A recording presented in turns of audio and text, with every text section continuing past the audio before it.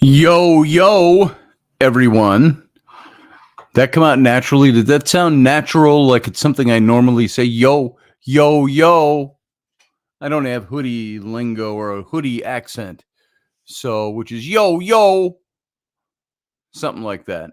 So, hey, how's everybody doing? Welcome to the program. This is the pre-show. So, you're not going to see much that's entertaining and wildly mind-blowing in the first 3 minutes of this show. Because the show starts at 3 minutes after. Once we go live on the radio station, as you all know by now, if you're a regular viewer or watcher or listener. Leslie, I'm doing. So life rolls forward and onward and all of that good stuff. So we got a little less than 2 minutes and we go live. So glad to hear you're doing. Oh, me, oh, my. So a little leak in the basement over there on Rainy's side where she's got her studio set up. We thought we had that all fixed with new windows and new concrete paint. Well, guess what? Came up underneath the paint because paint bubbled up that she put down there. So, yeah, I am too, Leslie, but this too will be something we overcome. And you have to. We have to move onward. I'm going to talk about a little bit about that tonight. So they are things that we do to make things go and to make things work. And I think there are flaws and fatal flaws to learn from last night. Things that were my suspicions all the way along, and I didn't voice them. I didn't want to put any negative energy out there, but I'll voice them now in the retrospect. Last night was a red trickle, a red splash. It was not a red wave. So we got 9:02 and 30 seconds as of right now. So we got about 30 seconds. We go live. So I think I'm going to go dark and get us prepped to go live. And you guys all sit there because I'll be right back.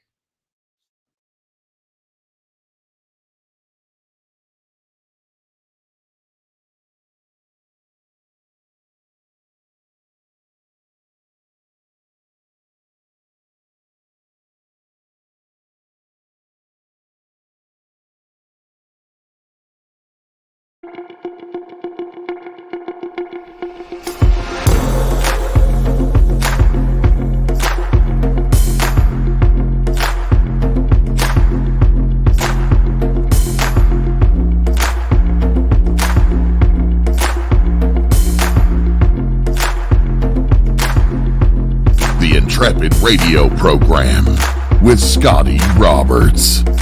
Intelligent talk.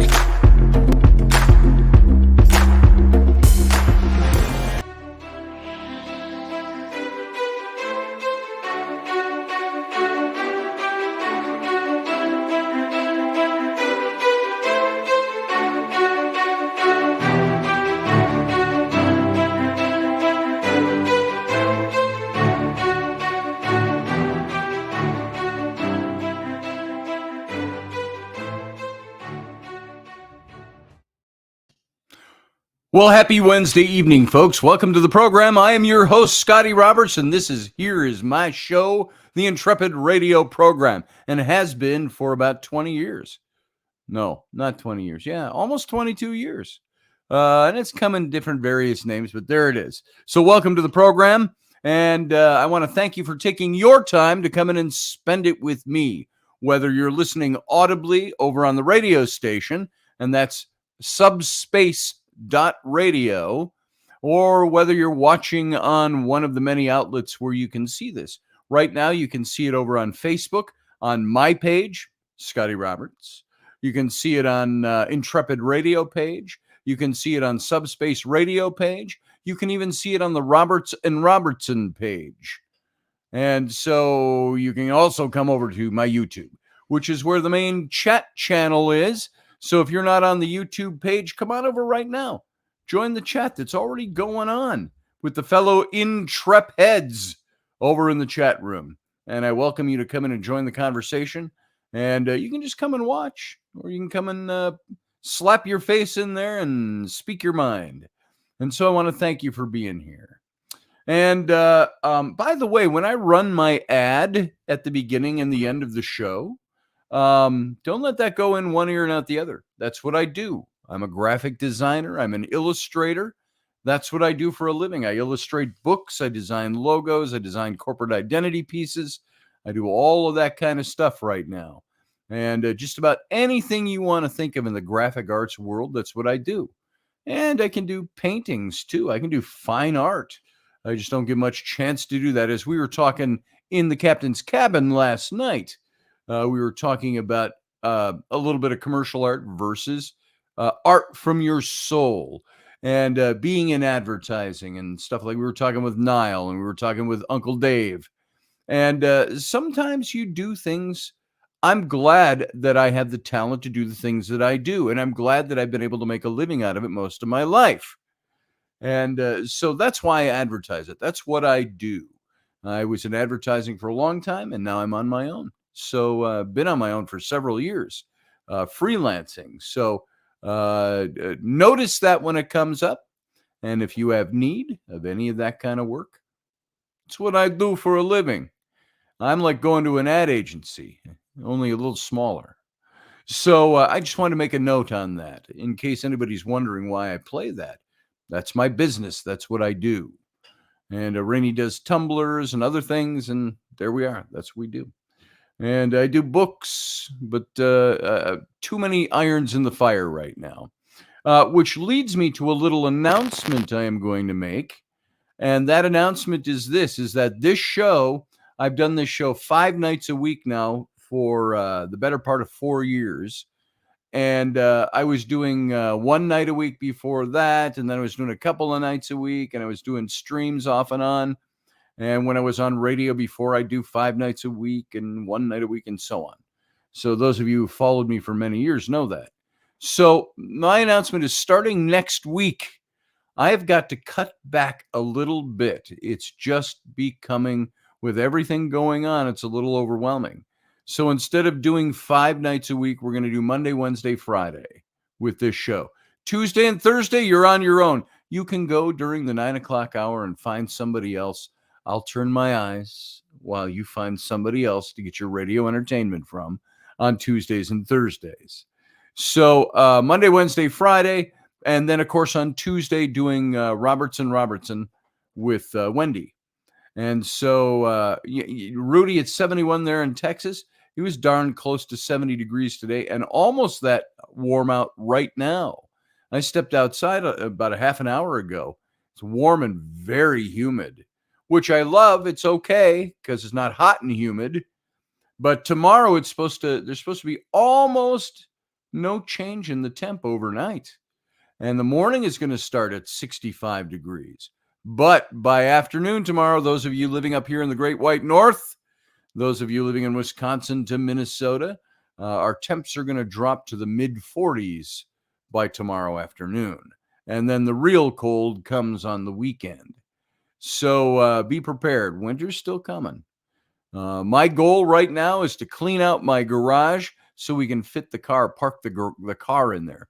We've still got the garages full to the hilt from the move, but it's been dwindling bit by bit, piece by piece, box by box. Now we're almost at that place where we can carve out a nice spot in the boxes and stack them, restack them after all the searches we've done. You know how that goes. And make room for the car. I like that idea a lot. Leslie tells me to shush because I'm talking winter. Yeah, it's coming. I hate to say that. It's coming. But Leslie said, I always told my children they couldn't use the S word until December 1st and not after March. What was in the play Camelot? The winter is forbidden till December and exits March the 2nd on the dot. By order, summer lingers through September in Camelot. So if you've never heard the musical, That's from Camelot. It's called the S word up here, yes. The other S word is salt and slush. Snow, salt, and slush in the wintertime. And ice, it's still got the sound in it, but it's at the end of the word. Hey, Ron Frisbee, good to see you. Everybody who's over in the chat room, Pearl Jones, Leslie Holker, Steve Clark, Daniel Craig is here. My good friend from Underwater World. Beth Kirkham is here. Good to see you, Beth. And Rudy Kessler is here. And I see repeats, so I don't want to repeat your name. And if I do, Steve Clark is here. Good to hear your testing all went well, Steve Clark, and that you're a clean bill of health today. That's good to hear. Everybody that's in here, if I missed you, it's only because Lucky Stone is here. And I know Uncle Dave is here lurking somewhere. And there you go. And Uncle Dave isn't my real uncle. I don't call him Uncle Dave, for those of you who don't know, because of my uncle. I call him because he's been a very dear friend of my family and me for 30 years. He knows all my kids, and they all refer to him as Uncle Dave. So Uncle Dave is Uncle Dave. So everybody welcome. Pearson Castile is here as well. East Southwest Missouri. Good to have you here, Pearson. And so tonight, I want to talk a little bit about warning alert, politics coming, I'm going to talk about politics. I'm going to talk about the election last night, maybe in a different way than you might expect or might think that I may. Now, you all know where I stand politically if you're a regular listener to this show. I am a conservative. I am not a Republican, though I many times am forced to vote Republican because they come the closest to my conservative ideals. And I wanted to read you a little article that I've read on this show in the past, but I think it's a good time to read it after an election like last night. Welcome, Professor Bauer. It's not over till the Slim Challenged lady sings. The Slim Challenge, not Slim comma challenge, Slim dash challenged. So to be politically correct. And so, yeah, it's not over. There's still things to be counted. It looks pretty certain that the Republicans are going to take the House. And it is this close to being able to say the Republicans just may take the Senate by 1 or 2 seats. But all those things are out. Now, here, I'm not mad at the election either, Beth Kirkham. It doesn't make me mad. The only thing that makes me disturbed at all is all the people out there that want to maintain the status quo and think that the current president and the current administration and that the left are the ones facilitating a change in that. They're not. There is an agenda that they are pushing. And you should know, Beth, because you study these things. So I think every voter, I'd almost like, I saw some pundit say the other day, he says, I think it should be that you're not allowed to vote, even as a citizen, unless you can pass a citizen's test. And he was talking about immigrants that come and vote in our elections after they've been naturalized citizens. Then they become citizens of the states. They know more about our history than most of us who were not naturalized, but born here. And so he was quipping and saying, I think every citizen who wants to cast a vote should have to pass a test about the United States. Simple tests. I remember back in, it was 1995. I believe Uncle Dave was there with me. It was when we had the regiment, the red-coated, kilted regiment that we did, that we talk about quite often. And we were a historical edutainment group. And we got into the Mall of America, of course, is right up here in our backyards. And at the theaters at the Mall of America, we were allowed to come in as a group of about 25 guys and on full uniform because the movie The Patriot came out with Mel Gibson. If you remember that movie, it's about the early stages of the American Revolution and leading up to it. And we did a French and Indian War group with our redcoats. And so we went in and we would walk around. They allowed us to bring our muskets in. That shows you how times have changed in 20 years too. Almost 30 years since that movie came out. Wow. But we had our muskets. Of course, they're not loaded. You got to load them, musket balls and powder and all of that. And we walked around in our uniforms and we had our flags set up and things like that. And we would mill about in the lobby and we would talk to people. We would ask them questions. You know, do you know who your king is? The year 1759. Who's your king? And nobody knew George II or George III. And nobody knew that because we were talking Revolutionary War by that time. And the simple questions we would ask, who's your president now? Some people didn't know him. It's like those silly man on the street reporters that ask questions of Gen Zers and Gen Xers and things like that. And they don't know, they don't have a clue about their own history.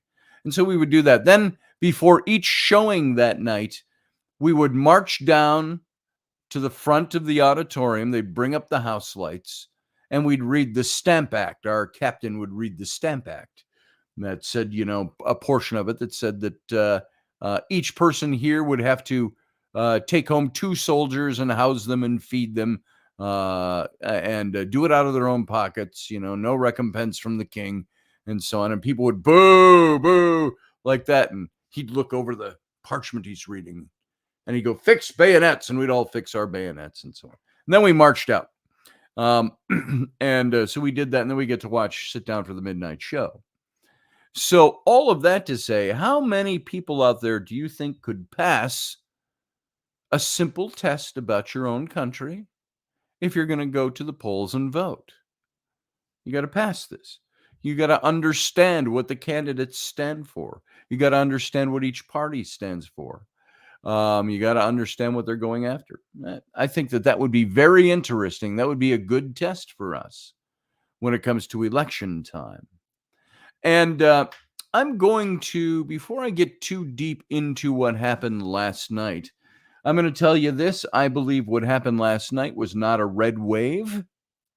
What happened last night was a red splooch in the bathtub. That's what it was, because there were some gains last night. And there were a significant amount of gains that many people don't even recognize. And DeSantis is a good example of the red wave. He and Marco Rubio absolutely swept in mandate fashion the state of Florida. So there were things that did happen last night that were good for the conservative side of the country. And I had this feeling, and I got to tell you, I didn't share this very often. I talked to Rainey about it, but way back when they started talking about the possibility of a red wave months ago, I'm like, that's, I fear that. I said, I think they're hanging out their cheese a little too soon. And I got that feeling. That feeling never left me. All the talk and all the rhetoric I heard from very good pundits about the red wave, I said, you know what? I don't think it's going to be what you think it's going to be. I can only hope that it would be, because I think the right in this country has a handle on how to fix things. I do want to ask people, and I have asked some people that talk about the red wave. Hey, how'd that red wave go for you last night? First thing you want to do is rub it in. Now, I will tell you this. I've never rubbed anything into anybody in a public post like that, and especially in a conversational post. I don't go, hey, how's that senile president working for you? I don't do that. I do call out the fact that he has lost his mind, that he is not somebody that should be leading this country. And but we see no solution coming to that. And now this election last night, not being the red wave, it has empowered him. It has empowered the left to maintain the course that they are on. And so I would ask any of you out there, if you voted Democrat last night, after knowing where we are in this country, I would just simply ask, why? Why did you vote blue last night? And I would ask that when you answer that question, you have to leave the words Trump, Republicans, Trumpettes, Trumpers, all of that stuff has to be left out of the conversation. I don't want to know why you voted against conservatives, I want to know why you voted for the status quo. Do you like high oil prices? Do you like the fact that we are not producing domestic oil anymore, but that we're buying it from other countries in a vain attempt to make us look like we have a green footprint in this country when really we don't? Maybe in our borders is what they'll achieve with that, but if we're still buying it from other nations, we're increasing their green footprint. So it's hypocrisy. So you like high oil prices? You like high gas prices? You like crime, the way crime is going right now, the diminishment of police? Do you like the woke movement? Do you like all of these things? These are the questions I would ask you. And please explain to me why you needed to vote blue last night. Why is that good for our country? Why is Joe Biden good for our country? I would also throw in there a side question, a bonus point question. You going to vote for Biden in 2024 if he runs? And if you are, tell us why. Why would you vote for Biden? So all of these things are out there. And I want to know why you felt it was so important to vote, so utterly goddamn important to vote party line, that you're settling for the status quo and the way things are right now. That makes no sense to me. But at the same time, the conservatives did make a little bit of a splash last night. It didn't go away. It just wasn't the tsunami that was predicted. And everybody was predicting it. Even people on the left were predicting it. And the only way they could fight it was to tell us that last night's vote was about democracy, which is B as in B, S as in S. Go cast your vote to save democracy. Well, you know what? Democracy is safe and sound in this country because last night having an election proved that. Democracy in this country shows itself when you are free to go vote your choice. And so democracy is already here. What they mean by democracy, I think those that are touting it, is the rule of a one-party system. They say they don't want to see the red side create a one-party government, yet on the blue side, that's exactly what they're striving to do. Shut out all opposition, whether it's on a political and a voting level, on an electoral level, government level, or whether it's on the woke side of things. That you have to do what we do, say what we say, toe the line the way we draw the line, believe what we believe, and then we'll have unity. So that's my thing here. DeSantis in Florida set the standard going forward. Absolutely right, Professor Bauer. Absolutely right. The presidential elections, Amanda, in Australia are not until 2024, November of 2024. 2 years from right now is when the presidential election takes place. I have my favorites for candidates. Somebody said, and I think it was even on, who was it? Oh, it was Megyn Kelly, who is no friend of Donald Trump. She said, if Donald Trump wins, he is unbeatable in 2024. But maybe her mind has changed with the performance of last night. I also think this. My philosophy would have been, when I say hanging out their cheese too soon, calling it a red wave, we're going to have a red wave, says everybody on the right. All you're doing is setting up the other side to go out and try to vote stronger to prevent the red wave. While we're preaching that there's going to be a red wave coming last night, what has the left been doing? Attempting to build a blue wall, and which they were fairly successful at doing. Yeah, another year before they start. No, it's 2 years from now, Amanda. They start campaigning almost any day now. And so you're going to have a year of hard-hitting campaigning. Leslie says Trump will be demonized and attacked for another 4 years if he can manage to win with all the voter fraud in this country. See, I'm somebody that looks to a guy like DeSantis. I would say my dream ticket is DeSantis and Tulsi Gabbard. There's a good ticket. I think, on the right. So there, I'll do cheers to that with my non-Stella drink in the Stella glass. Mm. All that needs is a little.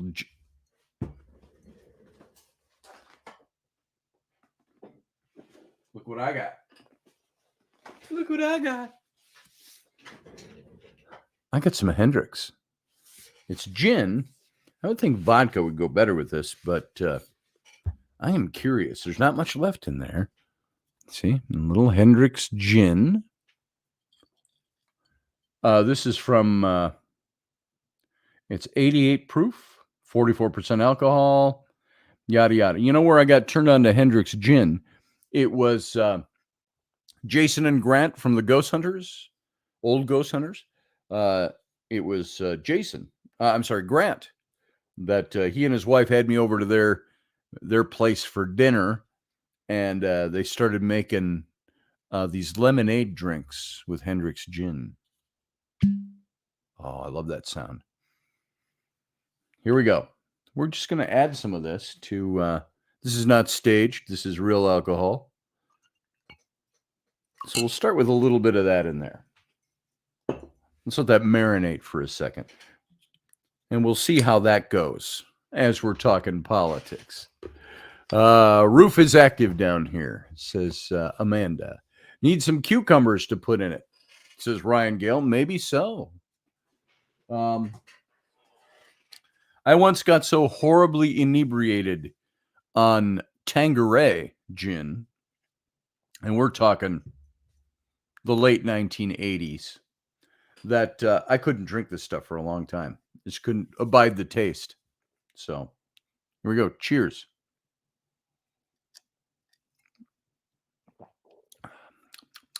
That's tasty. All right.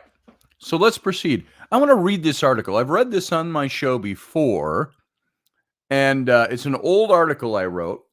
This was for an article I wrote for Intrepid magazine way back in 2011.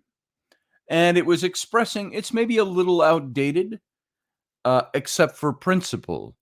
And many of you have heard me read this on air before, but I thought that this might be a good article to pull out tonight.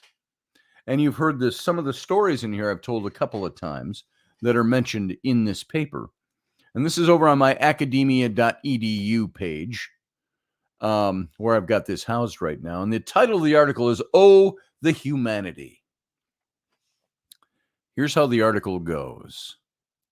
Ronald Reagan was the very first president I helped elect into office. Here, I got to make that a little bigger because I'm not using my glasses.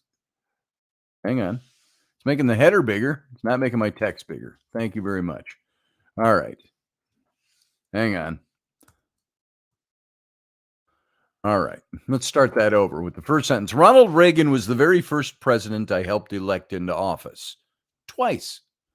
Much to the chagrin of my Minnesota DFL, Democratic Farm Labor, relations in Minnesota, and my dyed-in-the-wool liberal communist grandfather, I was the family's token black sheep, the young Turk conservative.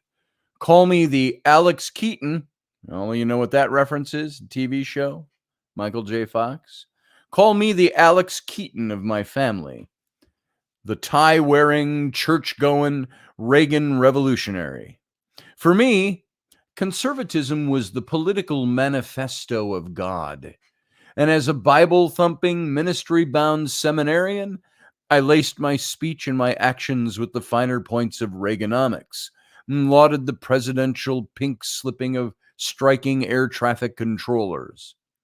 The 1980s was the most definitive, or was most definitely the age of conservatism. With its military buildup that bolstered the Reagan version of Roosevelt's walk softly but carry a big stick philosophy, and the unfettered growth of corporate America, who proved to me over and over again that greed, in its proper perspective, was indeed good. A little Gordon Gekko reference there. Ah, those were the days. Life was good for me, and as seen through my youth-colored glasses, there were only better days ahead, filled with a bright future for my country, as long as, that is, as Reagan could get around that pesky constitutional prohibition on running for a third, maybe even fourth term, age notwithstanding. I say a bit tongue-in-cheek there. One thing that's been seared into my mind over the years is that the older I get, the less I know for sure. Or as I say now, the more shit I know, the more I know I don't know shit. When one begins to question entrenched beliefs, it rarely comes on the epiphanous lightning bolt of a decisive moment in time. It rather rides the slow oxen of the western bound pioneer, who watched the familiar landscape gradually transform from the Appalachian forests to the prairies and the jagged peaks of the Rocky Mountains beyond. My landscape has changed, but it wasn't an overnight process, nor did it lead me to the far end of the political spectrum. While I held true to the Reagan conservatism of my youth, and still do in many ways, I found myself combating the hard line of conservatives who seemed to evolve into a form that I found was no longer representative of what I believed as a human being. Oh, and there it is. Human beingism. I have morphed from being a political ideologue into being a humanist, and I use the small h deliberately, so as not to be confused with the philosophical mindset of humanism. Though disagreeing vehemently with his politics, I remember the words of my grandfather, who told me a very long time ago, his eyes filling with genuine tears, that he could no longer love a country that simply could not let children and poor people suffer, or that could let children and poor people suffer, while he and others who had means simply lived as though they didn't exist. The poor and downtrodden in life are invisible, my grandfather postulated. At the time, I brushed him off as spewing socialistic jargon, but his words made great impact on my deeper thinking, despite the years it took for me to come to that realization. I think his words molded my psyche more than I would have admitted had I been cognizant of it at that time. I have a great love of history, and one of my areas of personal study and research has been the 19th century expansion into the American West, more recognizable in the conservative mindset as manifest destiny and eminent domain over a conquered people. Though a man of Welsh Scot descent, I've always been intrigued with Native American studies. My own blonde haired, blue eyed children are an eighth Oneida, one of the six tribes of the Six Nations, or one of the tribes of the Six Nations. And I felt it was good for them to grow up knowing about all the elemental aspects of their bits of heritage. I remember an argument that ensued in the mid 1990s between my in law relatives and me while sitting around the Thanksgiving table. And I referenced this story a little not long ago. The heated discussion arose when my brothers in law, all avid anglers, were expressing their vehemence that treaty rights with the Mille Lacs Band of Ojibwe be rescinded. They were supporting a new legislation that would eliminate 19th century tribal fishing rights on Lake Mille Lacs. And their argument was that the Ojibwe were taking too many fish, leaving none for the anglers and the tourism-driven summer vacationers.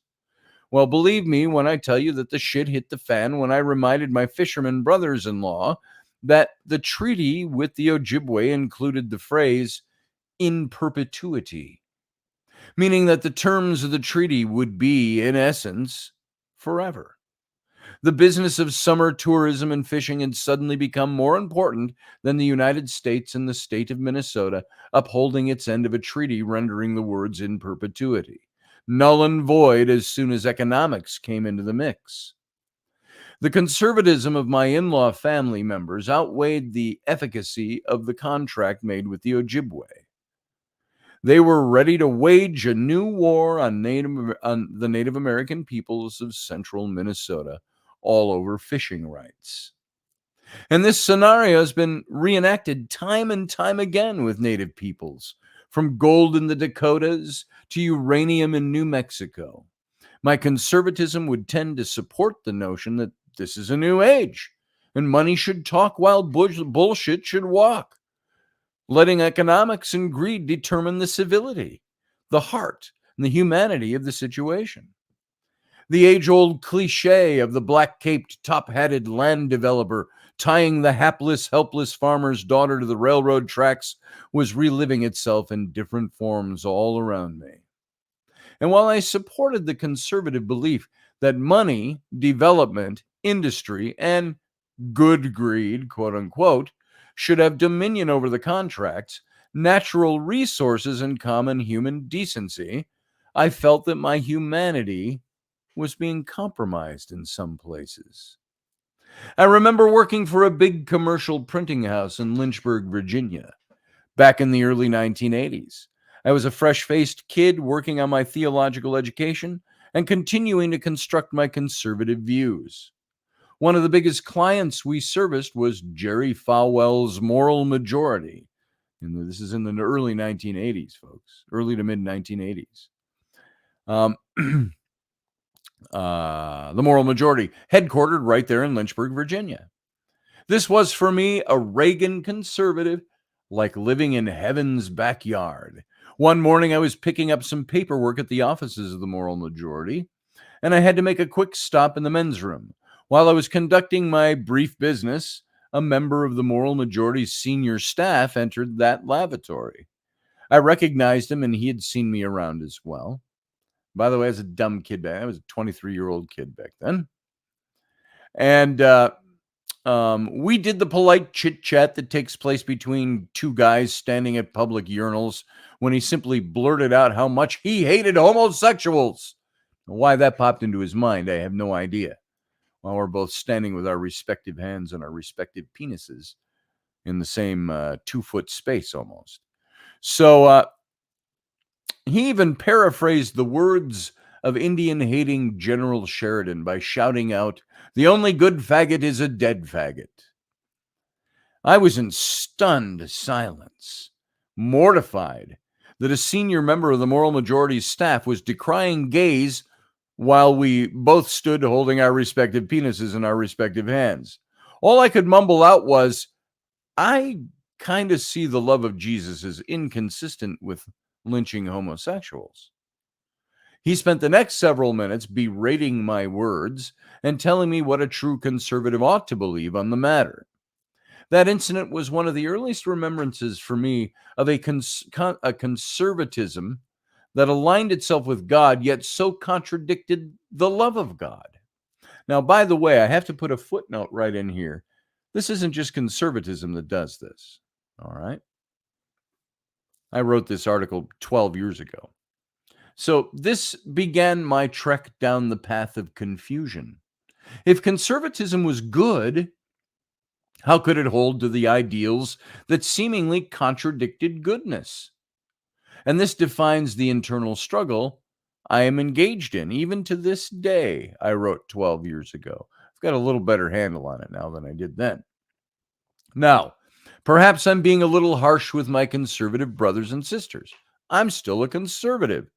I still hold to many certain conservative ideals, but I've begun to temper those ideals with more heart and humanity, at least to a greater extent than I did before I started understanding how much more important those things were. And this has led to an innate confusion, the colliding of two internal trains heading toward each other on the same set of tracks. I understand and adhere to the conservative ideals of personal responsibility, learning how to fish rather than being handed a free fish. I believe that all men are created equal, that they're endowed by their Creator with certain unalienable rights, that among these are life, liberty, and the pursuit of happiness, not the guarantee of fairness. I know in my heart of hearts that the government that rules least is the government that rules best. And that smaller government, non-invasive taxation, the right to bear arms, and being a nation of law is essential to the continued life of the United States of America. But where I start to drift from the mainline conservative agenda was when I see human beings falling through the cracks of the decking of American conservatism. And might I add there, falling through the crack of the decking of American liberalism as well. You can't eat idealism. Smaller government never prevented a needy family's electricity from being shut off for inability to pay. Sure, maybe in the long run, our system of free enterprise can establish a better future for everyone. But what do people do while conservatives are attempting to build their own version of utopia? Somewhere in the mix, we as conservatives have lost touch with our humanity. We promulgate great things that can happen down the road, but we have no fail-safes for the people caught in the mix of political rivalries. I've always believed that congressional gridlock is a good thing. The slower government moves, the better for anyone with a purse or a wallet. But in the midst of all the fighting and political maneuvering, who loses? The people.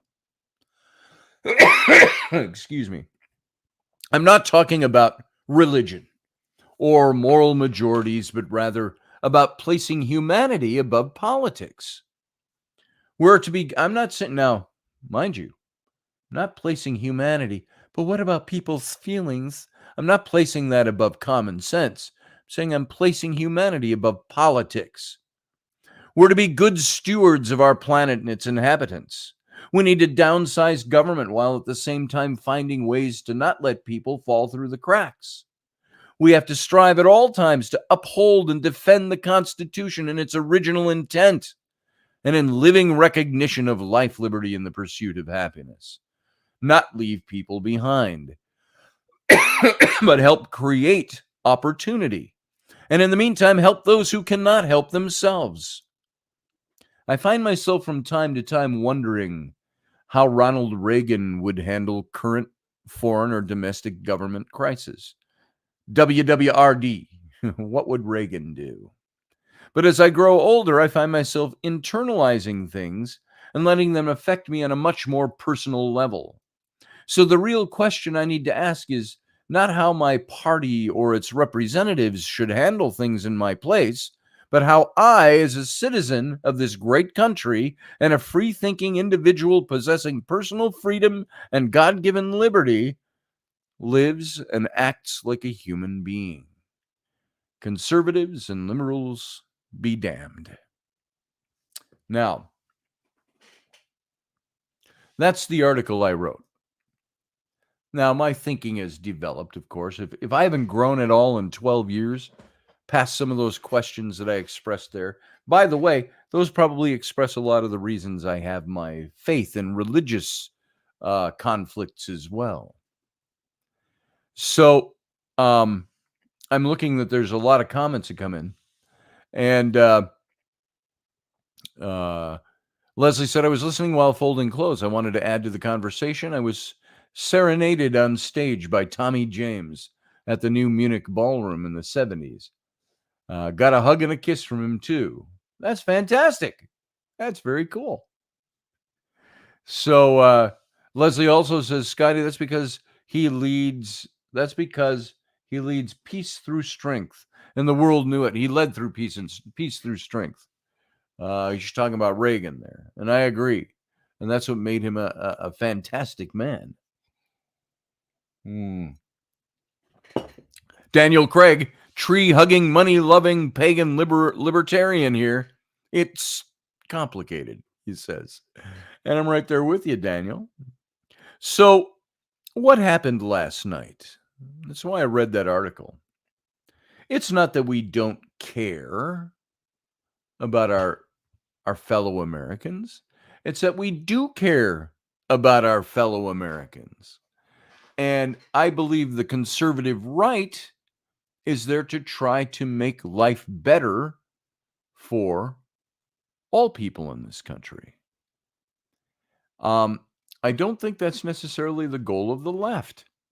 I have to say it.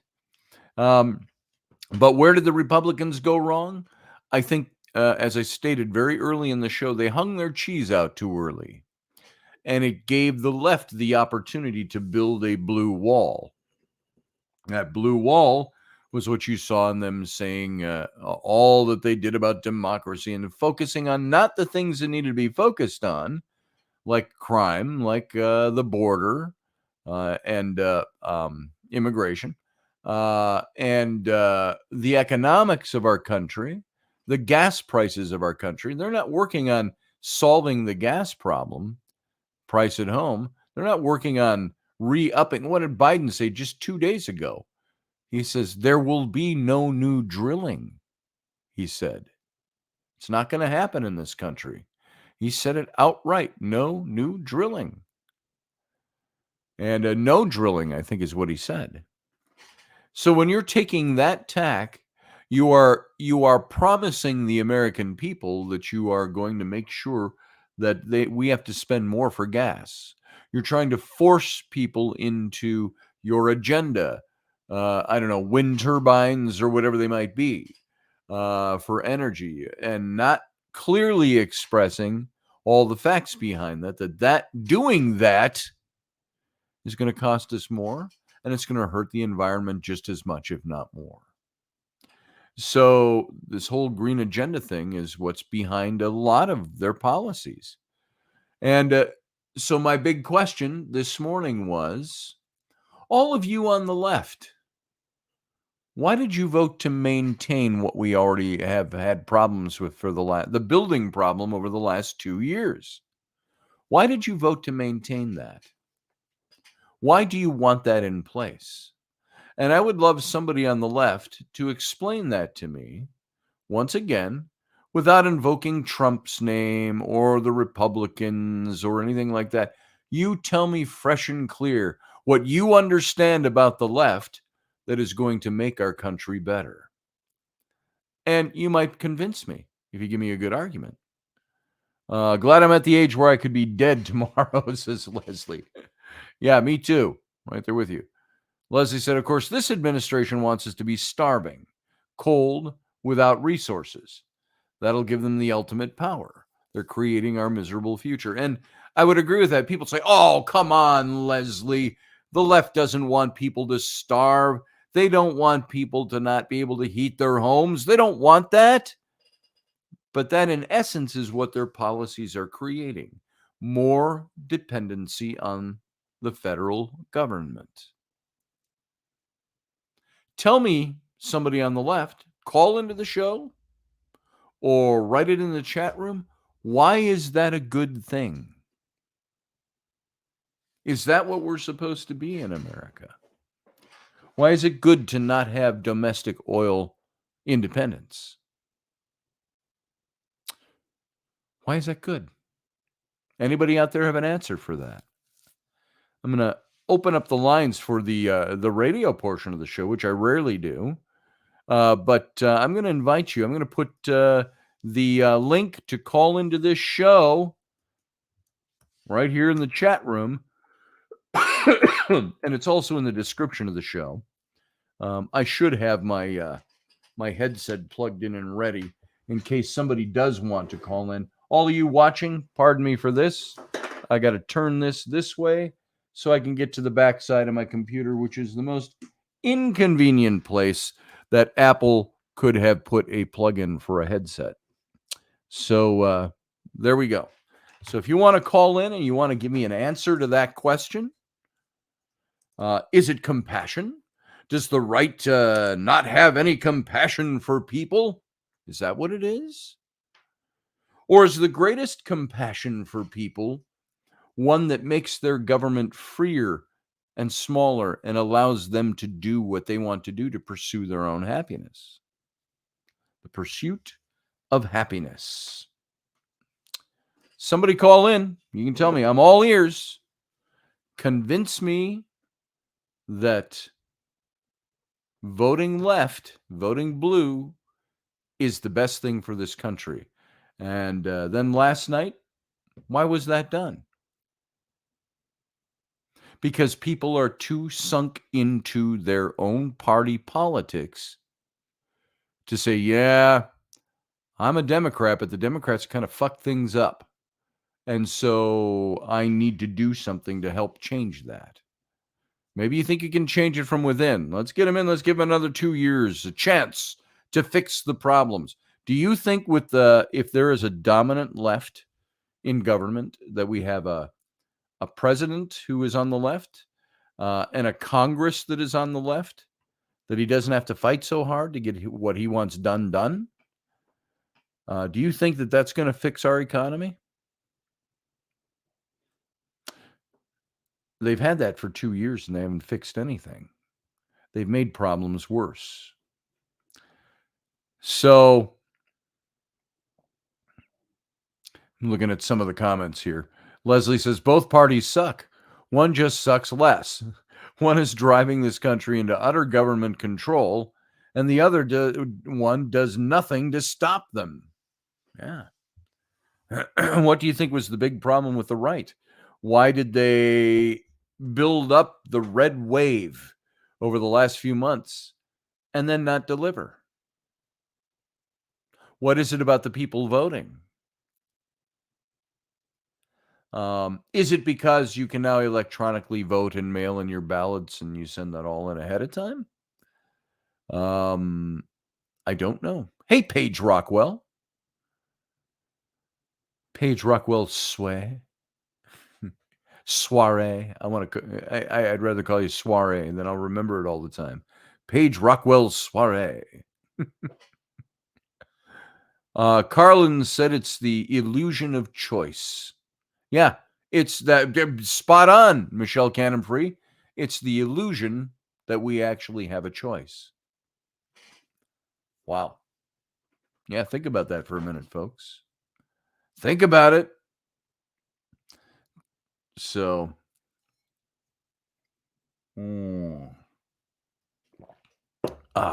refreshing. Tasty, refreshing, goes down like candy. So, we are going to have a captain's cabin tonight, by the way, for those of you listening who don't know about the captain's cabin. When we are done on the radio station, we sign off of the radio station and we stick to the YouTube channel. And I think you can pick it up on the Facebook channels as well.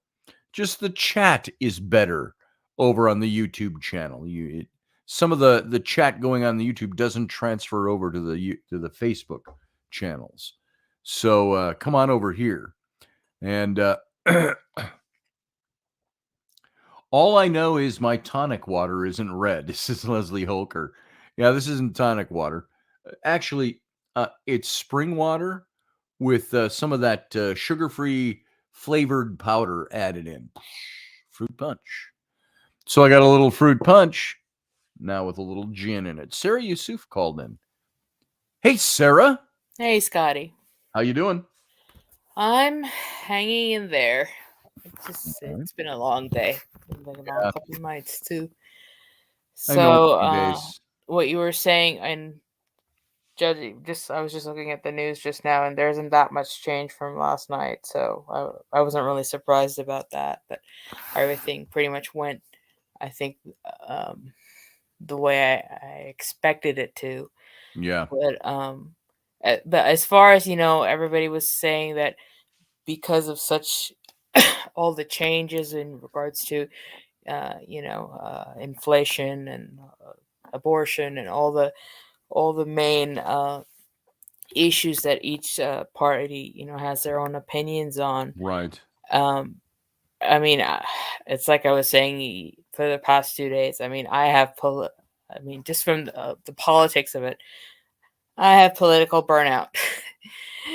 And just trying to deal with it. And I think a lot of people are in this kind of like in the same boat. But when I was kind of looking at the numbers, if you look from the last round versus here from last night, most of the people or the states they didn't not a lot got actually flipped over. Most of the incumbents got reelected. Yes. So to me, that just says it's more like people are just fed. It's like you're fed up and you want change, but it's like better the devil than the devil you don't. Right. It's like It's like in the paranormal Or better realm. the devil you know that is part of your own party than switching parties. Right. You vote for somebody that might sound better even, but you can't vote for them. They're not part of your party. I mean, not even the party. I mean, just the idea of going through a major overhaul, because nobody Yes. can prognosticate the future of what's going to be better, what's going to be worse. Mhm. And everything, with the way the whole political system is set up, is you're not going to get have a one bill to fix everything. You can't fix immigration with one bill or healthcare with one bill. I mean, it's like where some people got upset about Obamacare. Yes, it's great that a lot more people were able to obtain some form of health insurance, but they didn't do enough in that they needed to regulate the insurances, because they were expecting, okay, we've created a market, they're going to compete, drive the premiums down, and they're hoping that they would do that through capitalistic market forces, which it didn't happen. Rates still went up. Yeah.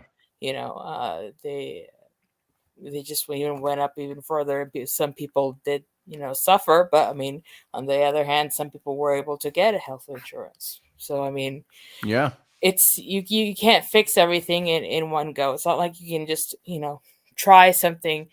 It's like throwing spaghetti against the wall and seeing what's going to stick and how it's sticking, and right. And the way it even if you had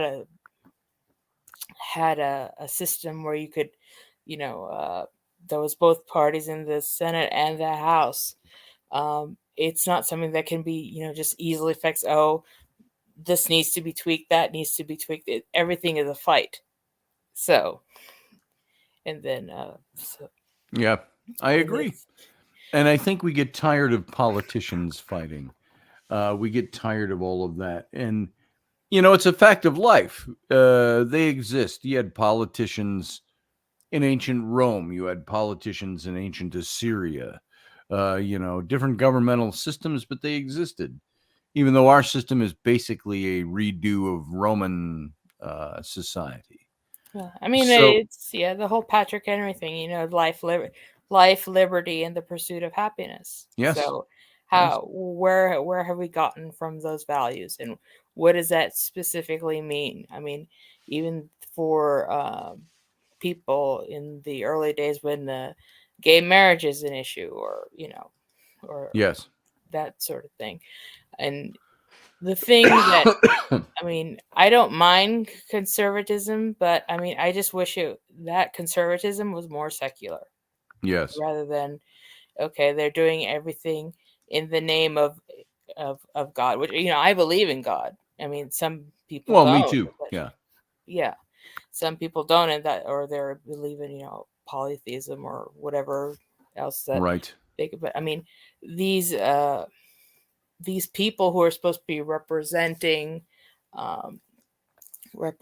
their constituents and all that, they have to think outside of themselves and think for the good of the country. It's like, hey, I'm gonna have you hold your thought there. We're gonna save this for the captain's cabin.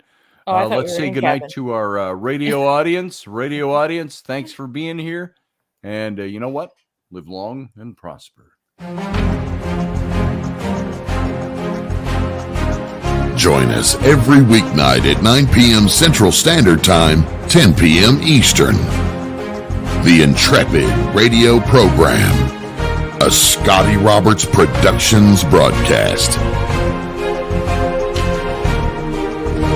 Are you looking for a really awesome and amazing graphic design?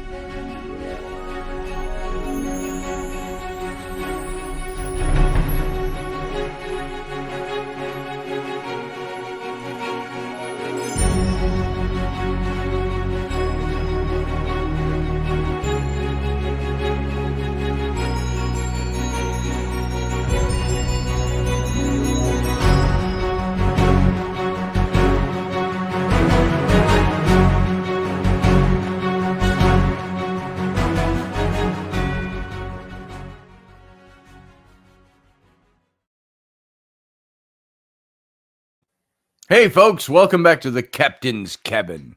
Glad to have you on board. And we're just going to pick up kind of where we left off. We're going to talk a little bit. We got Sarah Yusuf in here, and I I thought we were saw. in the cabin earlier. What's that?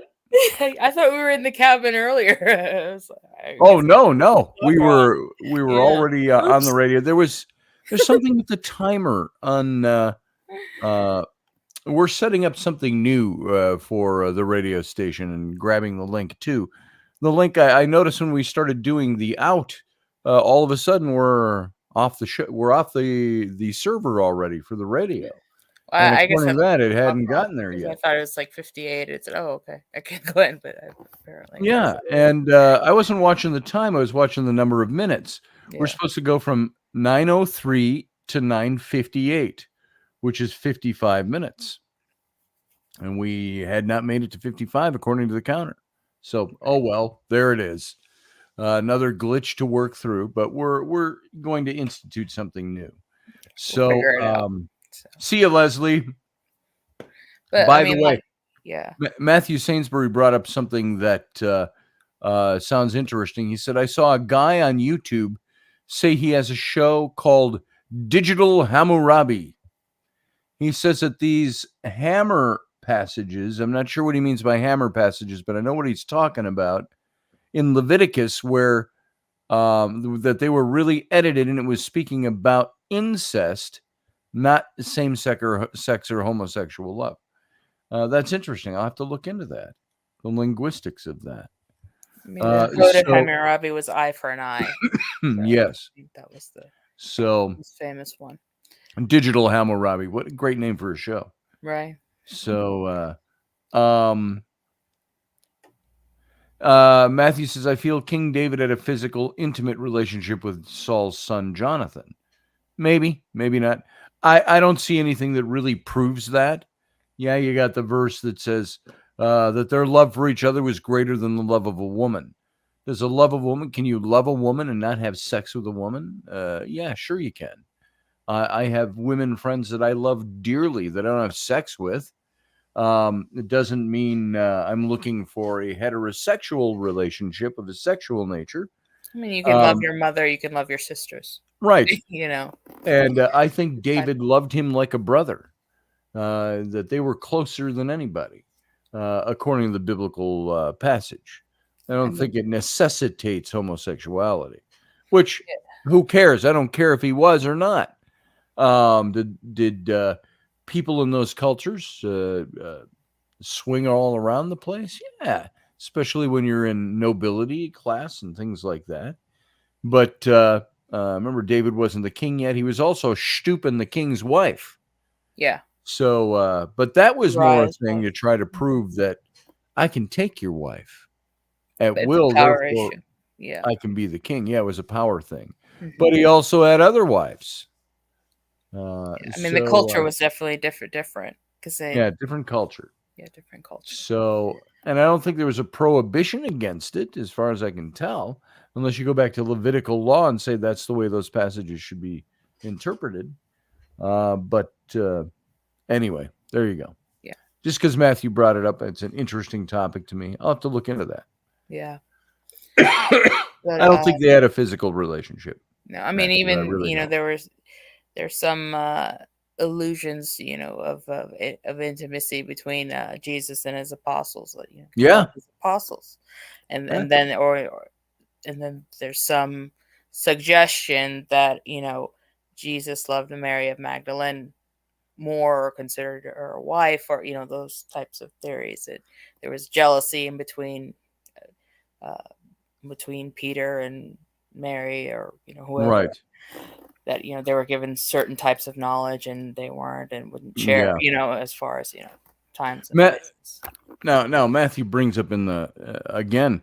He says, but there's also a verse where Saul yells at Jonathan, saying, "You son of a rebellious something." There's no word there. Mm-hmm. Don't you know that I know you've chosen the son of Jesse to your shame and your mom's nakedness? That's a sexual thing, Matthew says. Not necessarily. He's talking, it's language that talks about you're bringing shame to your mother and father by choosing the man who was anointed king in my place, you've chosen to be his confidant, his friend. And by doing that, you're bringing shame to me, and you're bringing shame to your mother. You're uncovering her nakedness.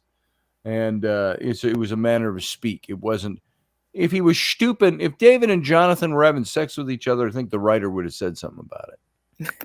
Or been more blatant about it. But I mean, you also have to Yeah. consider translation, word translation. Yep. It could be, Word translation. It could be something And I else. think that's what we have here. When you got phrases like that interpreted into English, I think there's more to it than that.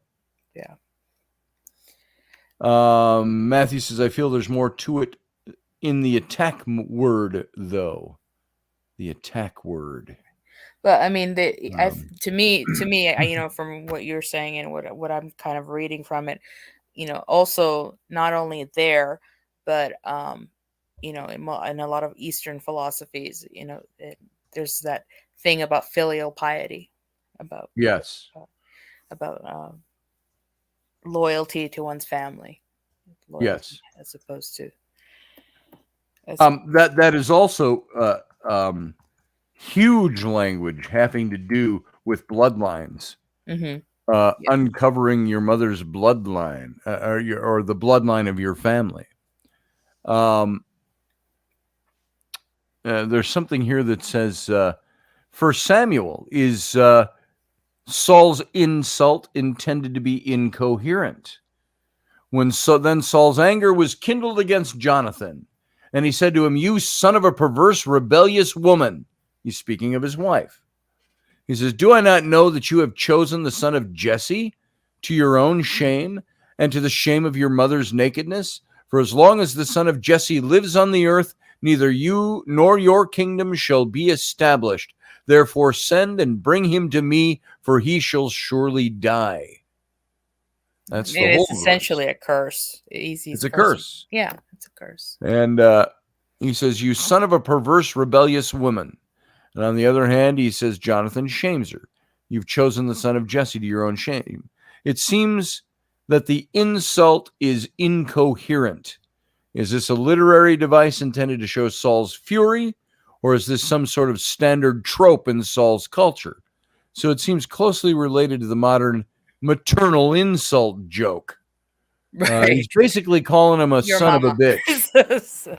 He just called Jonathan a son of a bitch.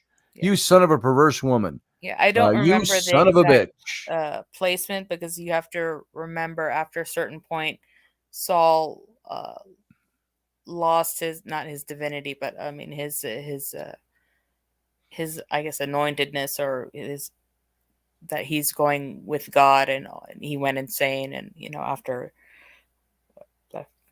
Yep, and also linguistically. Linguistically and in context to other writings of the day, you're talking 10th century BC.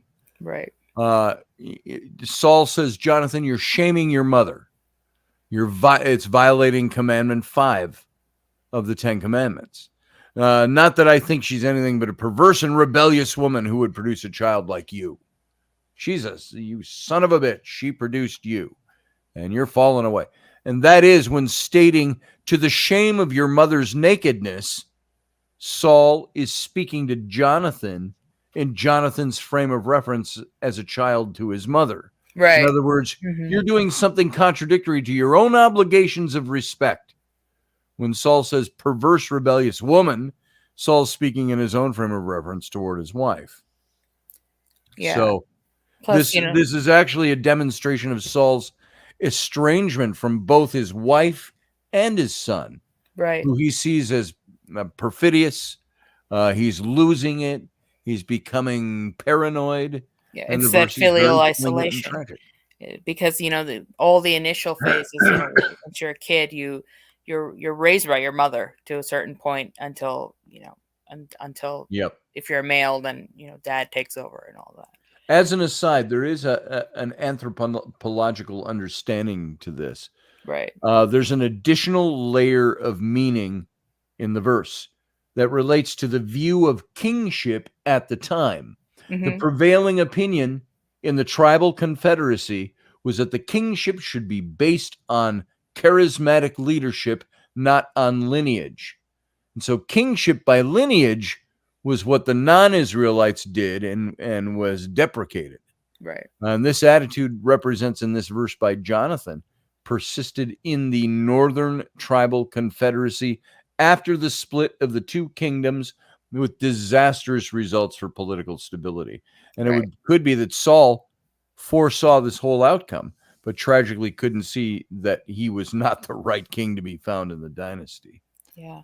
And I mean, even if you go even further back to Abraham, between Ishmael and Isaac, who was going to lead the Abraham's tribe, as far one was sent out into, they both ended up fine. One was sent out into the desert, and one was leading the main tribe at home. Through divine intervention. Linguistically, in the Hebrew tongue, when he called Jonathan the son of a perverse, rebellious woman, he's simply hurling a generic insult, something like, you son of a whore, you son of a bitch. It's a generic. He might not even be degrading his own wife, and his wife might be in the side going, hey, and he goes, sorry, I don't mean you, honey. I mean, he's a son of a bitch. Then Saul says, I do not know that you've chosen the son of Jesse to your own shame. Or do I not know that you've chosen the son of Jesse to your own shame and to the shame of your mother's nakedness? This is incredibly raw language in Hebrew. Mm-hmm. And Saul's basically saying something like this: don't I know you have chosen David to your own downfall and to the disgrace of your mother's vagina? It's kind of what this literally translates out to. Saul knew that if he loses the kingdom to David, he would also lose his wives to David, which David was already having sex with Abishag. Not Abishag, the other name. And so this actually happened. He was referring to it here. Saul knew. Why do you think Saul was hunting David? Wanted David killed? Because David had already been anointed by the prophet to be the next king in his place. Right. And David took it upon himself to stoop the king's wife. And why do you think that? And in ancient times, especially in the Middle East, that was an action that showed that if you were the one having sex with the king's wife, it was like raping the king's wife in front of his eyes when you conquered his city. It was that type of a thing. I'm going to take your wife and I'm going to have sex with her to show how ineffective and there's another word. Impotent. Impotent you are as a king.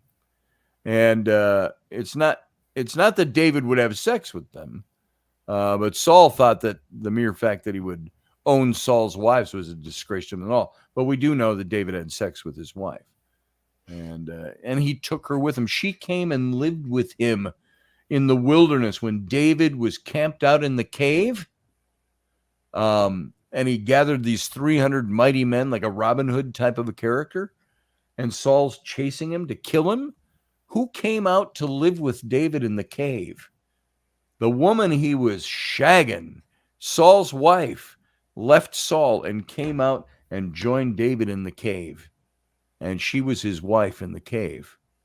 That's not a homosexual thing there, but it certainly was a thing that kept Saul hunting him down to undo his own shame. So there you go. Matthew, that's my thinking on this. Yeah. Sorry to go off on that so much, but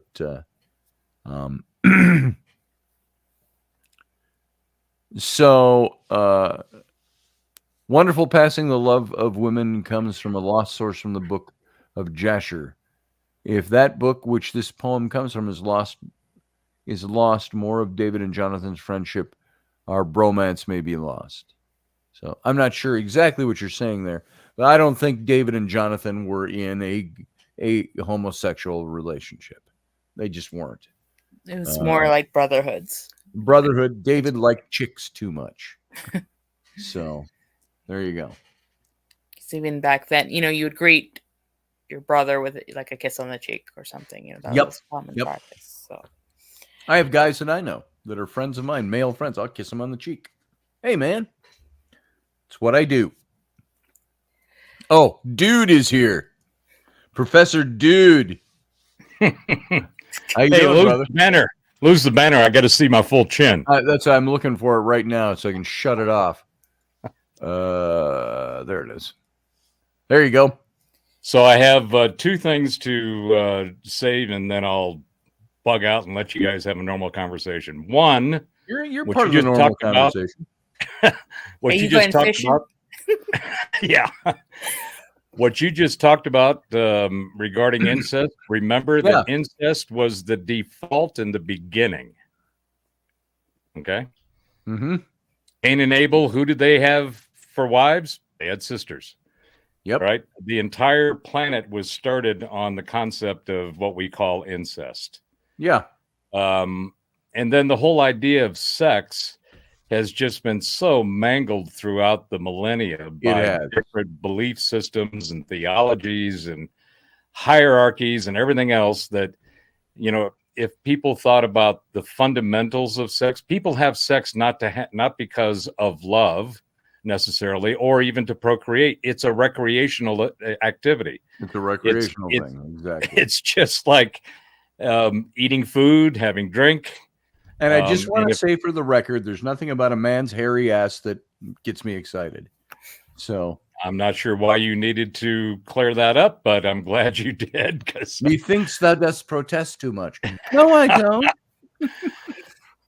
I'm protesting just the right amount. Yeah. And so that's what I have to say about that. The other thing is regarding the election. Last night, I was on a 6-hour election real-time chat with Doc Skinner and a handful of Aussies. And it was absolutely, it was very interesting, hilarious. You can't put Aussies on anything and not expect to have fun. I got to tell you, these guys were just a barrel. And, you know, in the true Aussie form, they were very colorful in their language about what they were seeing and what was going on within our election. And how, you know, things like, you know, some of the real oddities where you have to, it makes you want to dive into the data to see what in the hell actually happened. And one of them in particular was the Fetterman-Oz race. And when you look, that mystifies me. It's mystifying most people, even the people that supposedly voted. But it seems to be that the early mail-in is where the majority of that has come from. Yep. Because all of that was prior to the debate. Yes. Okay. And then you look at all of the different ways in which the election, the federal election, and this is one of those kind of oddity things that you look at in the Constitution and think, well, this is something that needs to be looked at. But we have a federal election that's managed by individual states that all have individual systems and ways in which they do it. I think people may not realize the import of what happened in Florida last night across multiple domains of inquiry. Not only did DeSantis just cream it with a 20-point lead, winning total, but you had Rubio, you had the Miami-Dade County going red for the first time in 20, 34 years. Ever. Yeah. And so there was clearly, if there was anything that was felt in the pundits' pontification and prognostications of a wave, it happened in Florida. Okay. That was a wave of Republicans just dominating that state, or at least people who voted Republican. Right? Yes. How can you consider it a wave since it was mostly the incumbents who won? I mean, Rubio came back, DeSantis came back. I mean, I don't know how you can call that a wave. Well, when you look at all of the numbers, including the counties, the Latinos, all of the individual focus groups, the identity groups that people have put together, that was a wave across all of them. You never had. You know why I believe, just in a very simple thought, why DeSantis won the way he did was the way he governed. He got shit done. Results makes a difference, and the meritocracy, having things achieved, or gaining things through achievement and merit is one of the things that is lost on primarily what I call the neo-lib progressive ideology. Sure. And you can even look at this from a data perspective of the Fetterman-Oz race. Well, I mean, Fetterman is not qualified to drive a car by himself. No. And in what is considered, or at least called, the successful example of a deliberative body in the Senate, you have to have full capacity to get up there and state your shit and make a difference. Okay. Yes. This guy doesn't have a chance of doing that. There is no possible way, even if he recovers another 50% from where he is still clearly incapable of having a cognitive contribution to the deliberative body and the things that go on within the Senate. But there's a whole bunch of other things that, I mean, if you look at take a look at the map, we were doing this hour by hour last night and watching the color of House wins across the states, all over the continental states. I mean, it was full red. You had not only the people that were in governors and senates and in House races, but you had what they called down ballot wins. You had state legislatures. You had Supreme Court nominees, winners. They were all red. So I think that there was a lot of hype put on what was perceived as what was going to be a red wave. And the House is going to go to the Republicans. That means all of the financial stuff now gets a second look, if it even gets a look. So anything that Biden wants to do, regardless of the position, what comes out in the Senate, he's stuck. He's not going to be able to get anything done. And I do believe that we will, the folks in the red group on the right are going to end up with 51, maybe 52 of the Senate. So the whole red wave was this concept of a complete takeover of the House, the Congress, the two houses, or the House and the Senate. And while it's not going to be a complete takeover, it is going to be a takeover.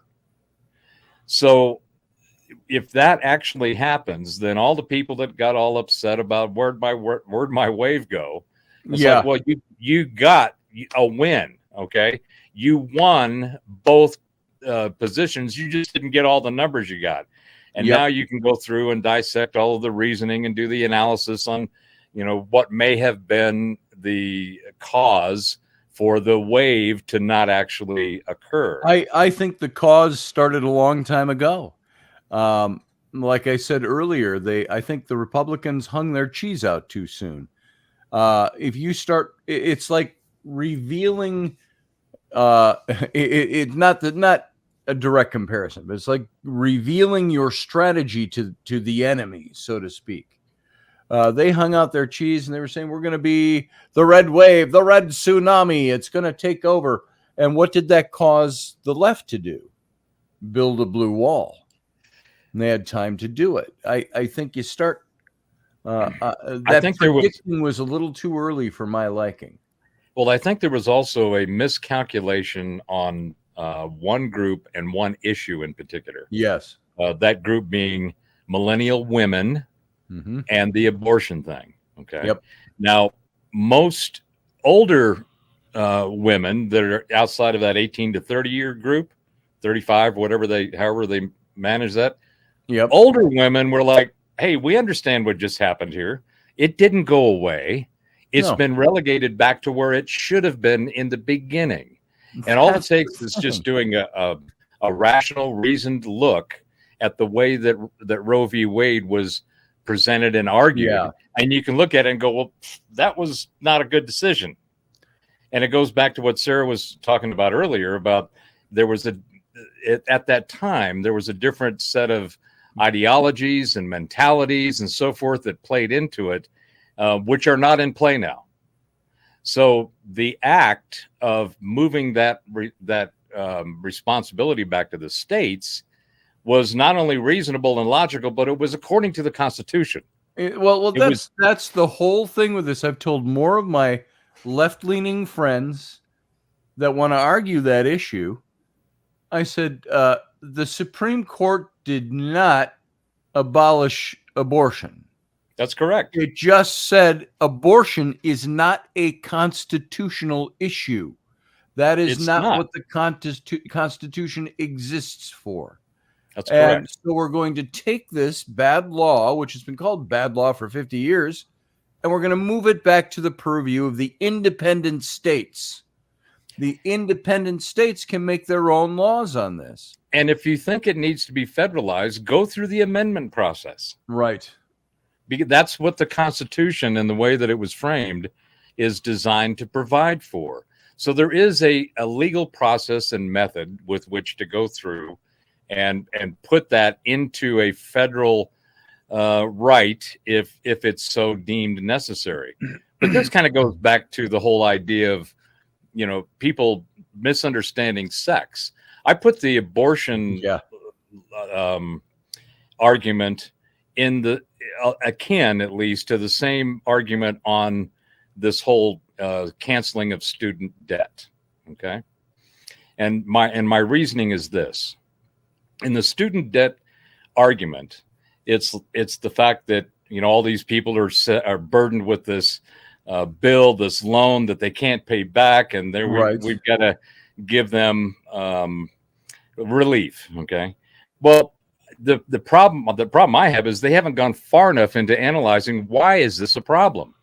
The reason it's a problem is because the institutions that sold the product to these students that the banks backed had zero ROI, most of it, meaning you weren't going to get out of that loan and that education a way in which you could turn around and compensate and pay for this loan that you've taken out. These loans are predatory. Yeah, exactly. It was not only predatory, it ended up being, to me, it's a pyramid scheme. It's a scam because all of these institutions that have been loaning this money and jacking their rates farther above all of the normal economic measures and so forth, these guys have billions of dollars in endowments. Where did they get that money? They got it from the people that they conned into these loans. So they took young people who couldn't balance a checkbook and talked them into buying or signing on a dotted line for this stamped piece of paper that was supposed to give them the ability to become a productive, profitable citizen. So that, to me, is where the argument needs to be and where the focus needs to be, not on this superficial shit. It's missing the point. And that takes me to the abortion issue. The whole reason abortion exists and is an issue is because of people having sex. They're having sex because of a recreational desire. And there are ways to prevent pregnancy while having sex, a whole shitload of them. But if you get pregnant having your recreational sex, and then you decide you want to abort the results of your fun time, that's your problem. That shouldn't be anybody else's problem because we weren't involved in you making the decision to go get laid and get pregnant. And it's not so you can take your abortion bullshit and you can shove it right back where you got pregnant from because you are the one that made that decision. You are the one that took that responsibility. You are the one that needs to be accountable for it. So stop all this crap about, it's a right. Well, there's our medical procedures to change it. Hell, there are pills. There are drinks. There's all kinds of ways to stop that pregnancy from coming forth. But at the end of the day, you're the one that took that risk.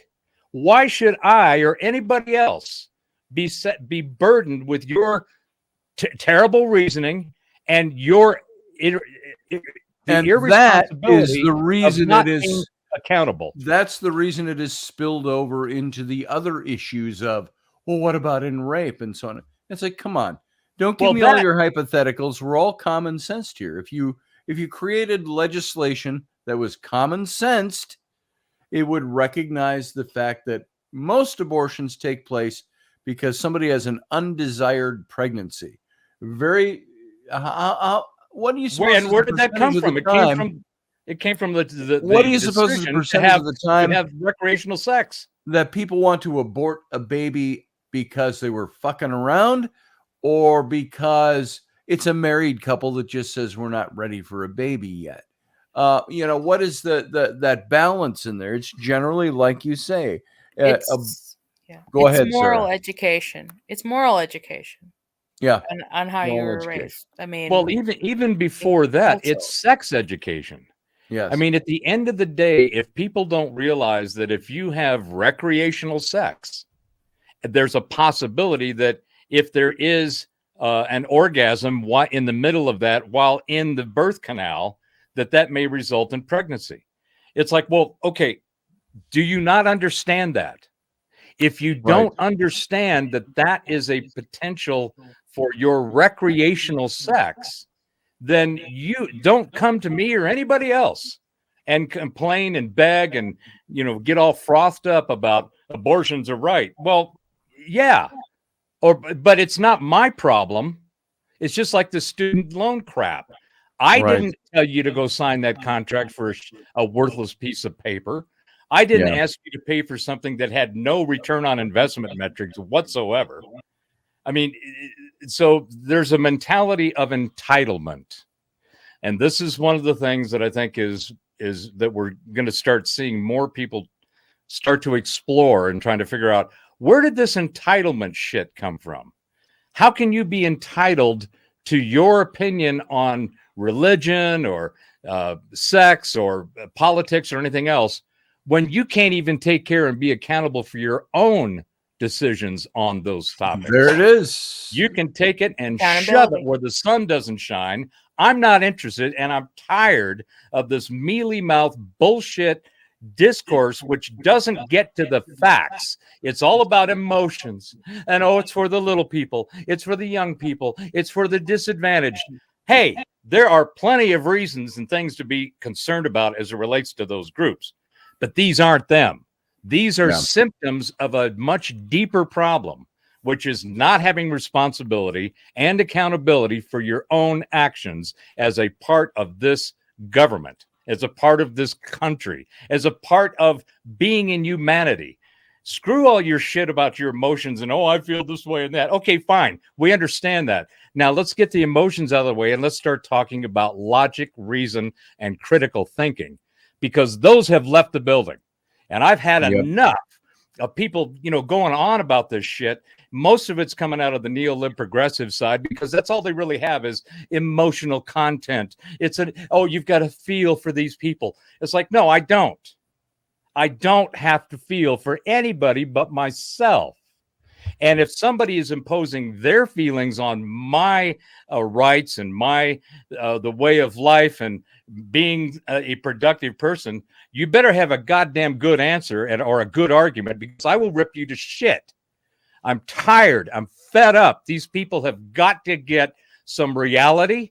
They have got to get to the point where they have accountability. Right now, none of these asshats have any accountability because they've not been told that. They didn't get the paddle on their ass when they grew up. They were coddled. They were given all this shit, and therefore they've become, back to my point, entitled.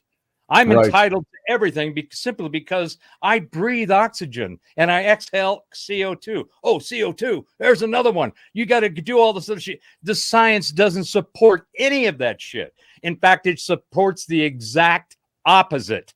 There is nothing of the shit that we've been told that is true. The majority of it has been built on a pile of mangled and manipulated bullshit, and it's turned into a bunch of lies that people have blindly adopted without vetting on their own. And so I'm fed up with people who don't think for themselves. I'm fed up with people who are not accountable for their own actions, and I'm really fed up for those people trying to shove that shit down my throat. Right. Chuck Thurston says, I had female friends that have had an abortion. Believe me, it wasn't without a cost to their well-being mentally, but at least they had the option. They still do. Chuck, here's the thing. They still have that option. It's just not under federal purview anymore. It's now under states' purview. You're going to have states just like concealed carry laws with Second Amendment.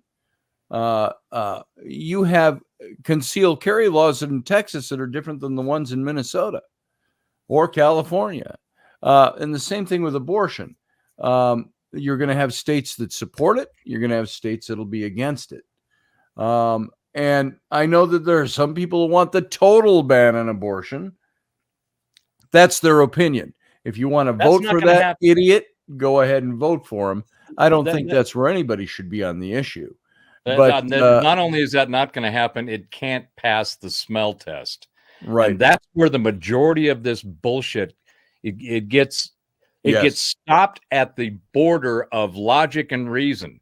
Because as soon as you start asking questions, and this is the whole thing we went on last night about, the key is, what are the questions being asked and what are the answers that are coming out of that? What's the result of those questions?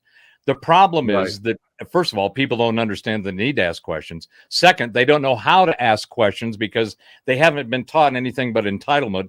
If you learn about accountability and responsibility, you start developing a pretty good question ability.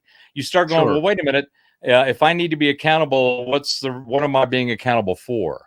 If I need to be responsible, what do I need to be responsible for? And you wait and you see what the answers are. But most of the answers that are already out there are based on bullshit questions. People are asking the wrong fucking questions, and therefore they're getting bullshit answers. And then they're adopting these answers without having to even think about, well, is it possible that maybe this is not the right answer? Is all the data that's available been thoroughly vetted and examined, analyzed, and rational, reasoned information resulting from that? Has any of that happened? No, because they're too busy thinking with their emotions. And emotions is where you end up, where is what starts this whole recreational sex thing that gets into the abortion thing, that gets into all this other crap in these ideologies. People need to back up, stop and think, look at everything that you think you believe, and everything should be open for re-examination. You need to stop and think, question yourself, do self-examination. Why do I believe in this religion or this theology? Why do I believe in this science? And the other, I got on this last night, I'm going to jump on it now.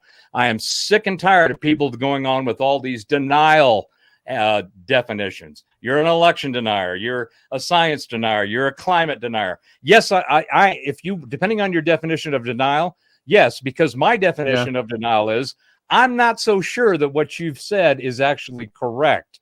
I'd like to do some more research. I'd like to find out some more information about this. You're denialist.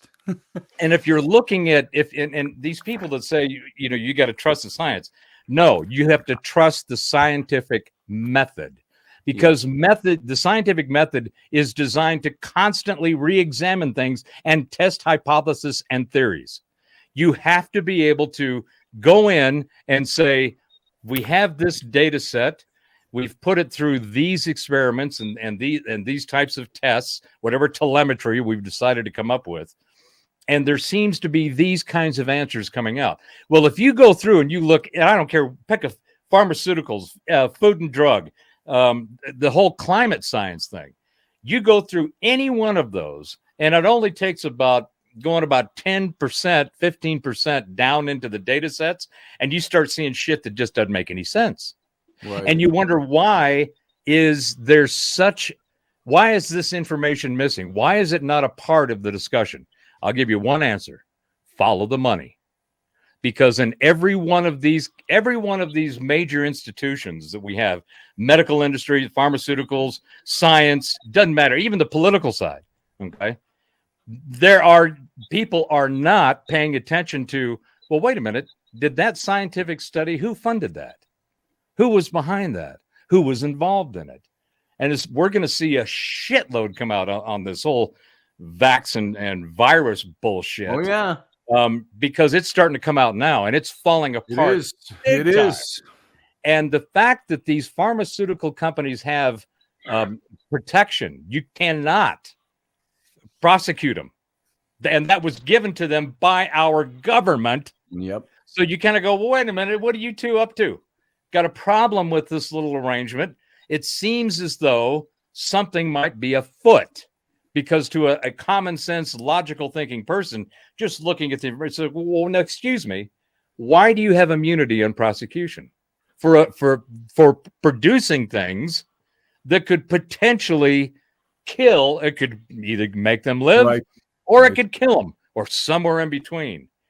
The fact that this vax was not fully tested, from the words out of their own mouth, Pfizer wanted to hold all of their study data for 75 years before they could release it. Explain that one to me, Lucy. Yep. Then when they were told that they had to release some of it, 90% of it was redacted. It's like, well, okay, anytime you have to do that shit, there's something afoot. Somebody's hiding something. And at the end of the day, transparency is the truth frequency. If you can't see all of the information that's available on any particular subject because it's either being withheld or it's been covered up, then you should be automatically in the default camp of, I got questions here. I don't think you guys, there's something afoot, and I want to know what it is, because at the end of the day, you're asking me to pay for it. Okay. Here, let's back this up just a little bit. Chuck had brought up, he said, why does any one person think they can mandate laws for everyone based on their opinion? Well, that's what the whole mandates were with the virus and the vax. That's what the whole, I think he was still on the abortion issue when he wrote that. And I threw it up here so we wouldn't skip over it and answer. I'm concerned about Professor Bauer. Dude, you shouldn't hold these emotions in. You need to you need to vent. Don't and let hold this it in, out. Doc. Yeah, what do you do? You have any opinions on abortion? Yeah. Oh my God. I've gotten to the point where I've been metering my content and commentary over the last several years, because I wanted to be as clear as possible on when I got to a point where I felt that I was firmly convinced that at least the observation and the arguments that I'm making cannot be refuted. They can be challenged. Do that. Please bring it on. Help me find out where I'm wrong. But after the last 20 never years, underestimate the ability for a Democrat to refute any argument, even if it's one they're making themselves. There are some things that Paige brings up I want to get to as well. But for Chuck Thurston, I'm not sure I understand the direct antecedent of your question. Why does any one person think they can mandate laws for everyone based on their opinion? What law are you talking about that one person might think that they can mandate on somebody else? Are you talking abortion? I think perhaps look at that the other way around. The government has said it's not the federal government's place to put anybody's opinion up there, because this issue is not a federal issue. This issue is not one of constitutionality. The Constitution already grants you rights over your body. The whole student loan thing was Biden's by himself. Yeah. Right. He did an executive order that he's not legally capable of doing, which is just therapy. Like, this is my therapy. I'm getting it off my chest. I've had enough with shallow, ignorant, uninformed people that are trying to tell me that the earth is about to go into this massive warming period, when all of the data says we're doing it the exact opposite. In the next 10 to 20 years, people are going to wish we were firing up someone's quote unquote CO2 to warm up the planet. They're going to be begging for blankets. They're going to try to be figuring out where food is going to come from. And it's just so clear. It's undeniable. But you only find that out if you look for the data. And going back to my point about science. Don't confuse science with data now. Well, and this is the problem. Our entire science industry has been hijacked. And like I said, follow the money. There are energies, and I've been harping on this. there's energy about to come out that's going to totally transform the entire planet. Chuck, I'm not sure what you're getting at. I don't think Bauer thinks the world is flat. Oh no. Now that's trash talk, Chuck. Come on. It may be he may be doing it as a joke or as a projection, because I'm at a point now where all of the study I've done and continue to do and will always continue to do, I'm ready to go toe to toe with anybody from physics to metaphysics. I understand the flat earthers, but they're wrong because it's actually a dodecahedron. I don't understand why they think yeah. And by the way, I do want to say to Chuck, I'm not picking on you. I was throwing up yours because your statements, Chuck, because you're the only one in there that's saying something vastly different than what we're saying here. And so I wanted to address the things that you brought up. To say that Bauer thinks the world is flat, I don't think you're talking about flat earthers. I think you're talking about making a comparison to the things he's saying. And I would say what I run into with most people, Chuck, that are like you, that might be a Republican, might be a Democrat, but they're very left in their thinking. They'll throw out things, but they'll take no time to delineate what they believe and why they arrived at that conclusion. But they will call somebody who's taken the time to think it all through. I'll bet you believe the world's flat too. See, to me, that's a slam. It's not an argument. It's not one that's saying, I believe differently than what you're believing, Professor Bauer, and here's why.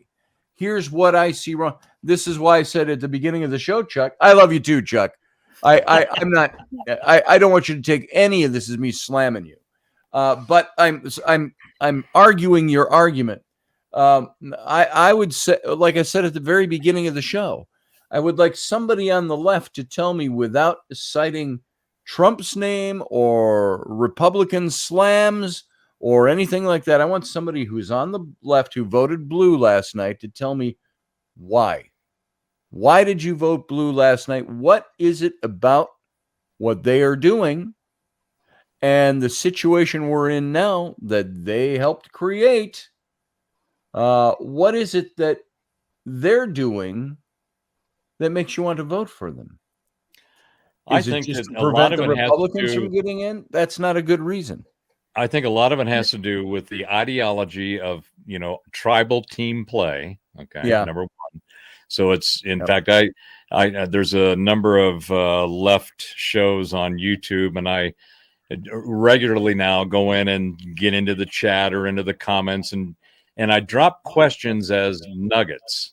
So I know that their argument has got a bunch of holes in it, but a number of the points I've been asking are things like, if there's not going to be a red wave or there's going to be a blue one, where's all the 80+ million that voted 2 years ago?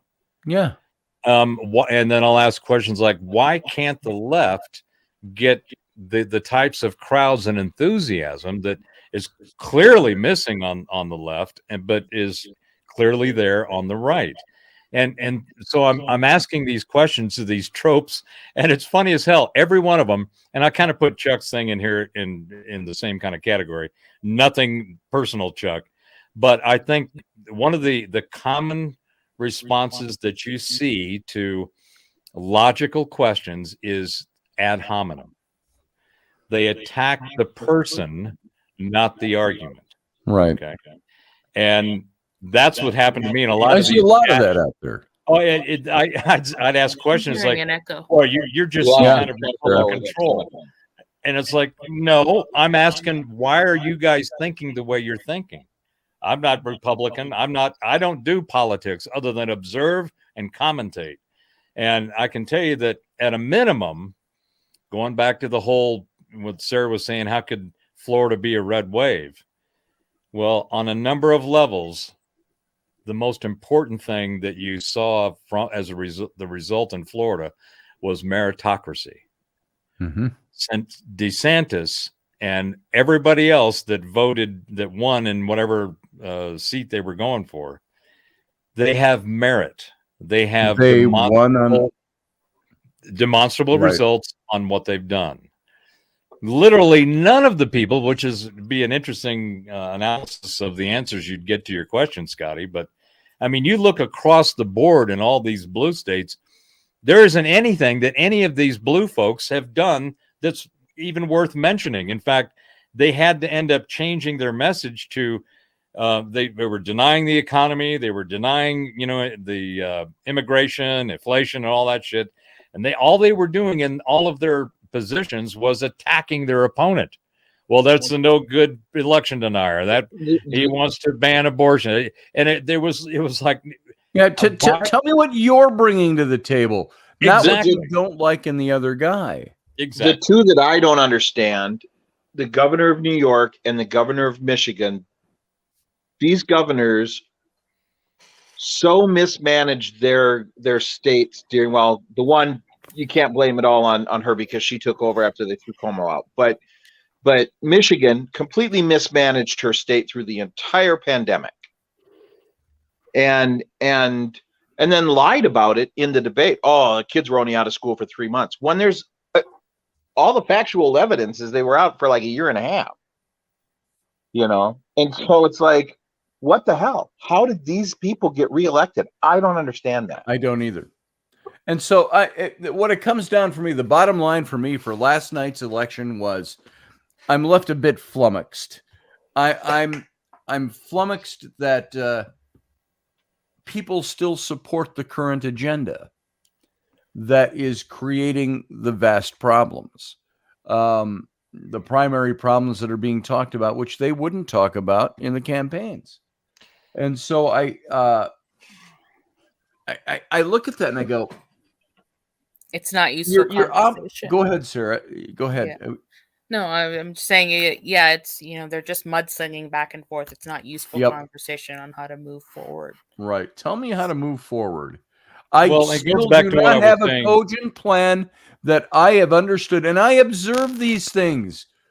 I don't have a cogent plan that I've heard from the Democrats to get us out of the gas problem, to get us the violence problem. It goes back to what I was saying, Scotty. I think it's an ideological. They're stuck in an ideological system that is based on that at its core, it has the component of entitlement. They are entitled to their opinion, like everybody is, but they believe that their opinion is based on something that's false. And the reason that they continue to push these false narratives and whatever evidence they think that they've put out there is because they refuse to look at the facts. And they have allowed their emotions to get all ginned up and become these emotional robots that run around parroting bullshit that can be easily just destroyed if you took 10 minutes to discuss the facts. But one of the things, again, I've been doing in these chats, and I did some of this last night, was when somebody says something that just doesn't make any fucking sense whatsoever, I embrace it. I say, that's an interesting perspective you have. And I think that, for example, this whole climate change crap is about going to green energy, which none of the things that are currently on the table for green energy are ready for prime time in any way, shape, or form, as well as they don't understand the details behind what it takes to create this stuff. It takes oil to create green energy products. And just like, did you know that? Did you know that how much waste and how much pollution is creating your little green products? And oh, by the way, what's the shelf life of these things? And then what happens? I mean, none of that is discussed because they are facts. And once you get into them, it destroys the narrative. So at all costs, they avoid any kind of cogent, intelligent, rational, critical thinking discussion, because I think deep down they understand that if they got to that level, their entire argument would be destroyed. Yes. And it's like we were talking about abortion earlier, and all of this stuff. It's like, no, wait a minute, get to the facts. What's the reason for abortion? Recreational sex and lack of accountability and responsibility. Next, what's the whole thing about climate change? Climate change is bullshit. It's been debunked. It's been for debunked at least 20 years, if not more, and it's even more so now. what you got to take the vax because you're doing it for all of mankind. You're doing it for us, pulling on emotional heartstrings. Bullshit. None of the stuff that they said. In fact, if you are, I was saying this earlier today, you can't trust polls or experts unless you go to a strip club. There it is. On the vaccination issue, I'm like completely opposite because I've been on the front line and I've seen the effects of people not vaccinating, taking the vaccination, the way the rates. I mean, I live in a small town. I had to live through, seeing, between 3 to 8 people dying on average per week just because, they were too stubborn to not get the vaccination. And they had comorbidities, I've seen the effects didn't when they? we did it before. Nobody was taking it. People started taking it. The number of deaths went down. I've seen that. So, I mean, you can believe what you want to believe, but I mean, and that's also, one of the things that I will explore with you later is, you say you're looking at data. I'm going to be like, your math teacher. Show your work. Where are you getting this from? It's all over the media now. In fact, not only is it all over the media that nobody trusts, but I mean, I'm looking at it straight, as a first person, as a first line, directly. I forgot what the term is. I mean, I'm looking at it, see it work directly right in front of my face, and that sort of stuff. I mean, to be perfectly honest, I'm trying to be neutral about it, but I mean, it makes me angry because I mean, I have to deal with, even doctors and nurses. We are already in a shortage area. We were even before COVID. We were already in a system that was stressed to the max, and then we had COVID on top of that. I've spoke to a lot of people in my field. They have PTSD because they've reached to the point where they don't have enough beds. People are dying left and right, in the hallways, or they're trying to find tents to keep these people. We don't have enough ventilators. There's Sarah, do you remember back at the beginning of this that they had set up the hospital ships offshore? They'd secured stadiums. They'd set up all of these massive environments where they could handle the anticipated infection rate and all of that, and none of it happened. Do you remember that? They never used any of that. Yeah. Okay. So, and but here's they move people into the nursing homes and let them take the brunt of it. And so here's the deal with the flu, or which is what COVID originated or originally was. And I do think it was engineered. I do think that it was done on purpose. I do think the spike protein was added to it.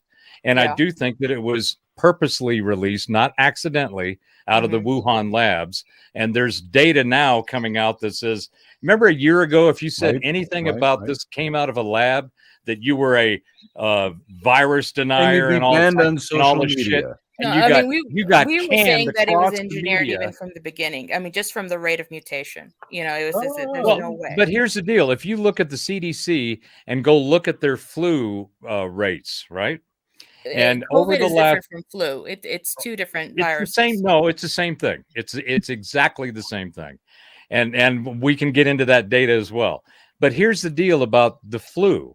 And did you notice? First of all, did you notice that last year there was no influenza deaths or reports anywhere? It's not on the CDC. Because everybody masked. No, it's not because everybody masked. It's because they changed the narrative to COVID. So before that, if you look at the CDC, this is the official CDC. It's their own data. For the last 30 years, they average anywhere from 40 to 60,000 deaths that are supposedly attributed to the flu every year. Okay. And now we didn't have any of those only because people wore masks? No, just in the past 2 years. But before that, because I have access to the Virginia Department of Health data for the influenza, for their influenza rates and all that data I have access to because it's part of what I have to do for my job. But I mean, which, you know, Do even you trust that data? we're the ones giving it. I mean, that's where it's being collected. You're familiar with the VERS database? Yeah. Okay. If you go to the CDC and you look at their track record or their accounting for flu deaths over the last 20 plus years, every year it varies between 40 and 60,000 deaths. Okay. Then you drill down further. This is the part of the examination of data that people don't do. They stop at one point and they think they've got all their data, all the data they need to uphold their position or whatever they believe in. If you drill down into that data, you find out that none of that data that's on the CDC website for the last 20 plus years is based on anything other than an estimate. Bada boom. There is no data that says this specific person died from the flu, that they got those numbers from. It's not reported from the doctors. It's not reported from the hospitals. It's an estimate. Okay. Now, if they're saying that 40 to 60,000 people die every year from the flu, and then you have microbiologists like I can't think of his name over in France, who came out and said, and this has been known in neuro and microbiology for 50 years, no one ever dies from a virus. They die from the complications. They die from comorbidities. Okay. So, and the other thing that that this guy brought out all of the data, all of the viruses that, including SARS, including what was the other one, the monkeypox, and even Ebola. Okay, all of them die on their own in 18 to 24 months, and nobody knows why. None of the microbiologists know. None of the scientists know. All they know is that a virus. In fact, we depend, and this is the other thing, it blows my mind. We depend on viruses and bacteria for our bodies to function. Okay? Yes. And people don't, you should know that. I mean, that's. I'm not denying that. I'm saying yes. I mean, right? I'm trying to follow where you're going with this, but I mean. So my point is that all the data that's out there about what happened before COVID and during COVID is all bullshit.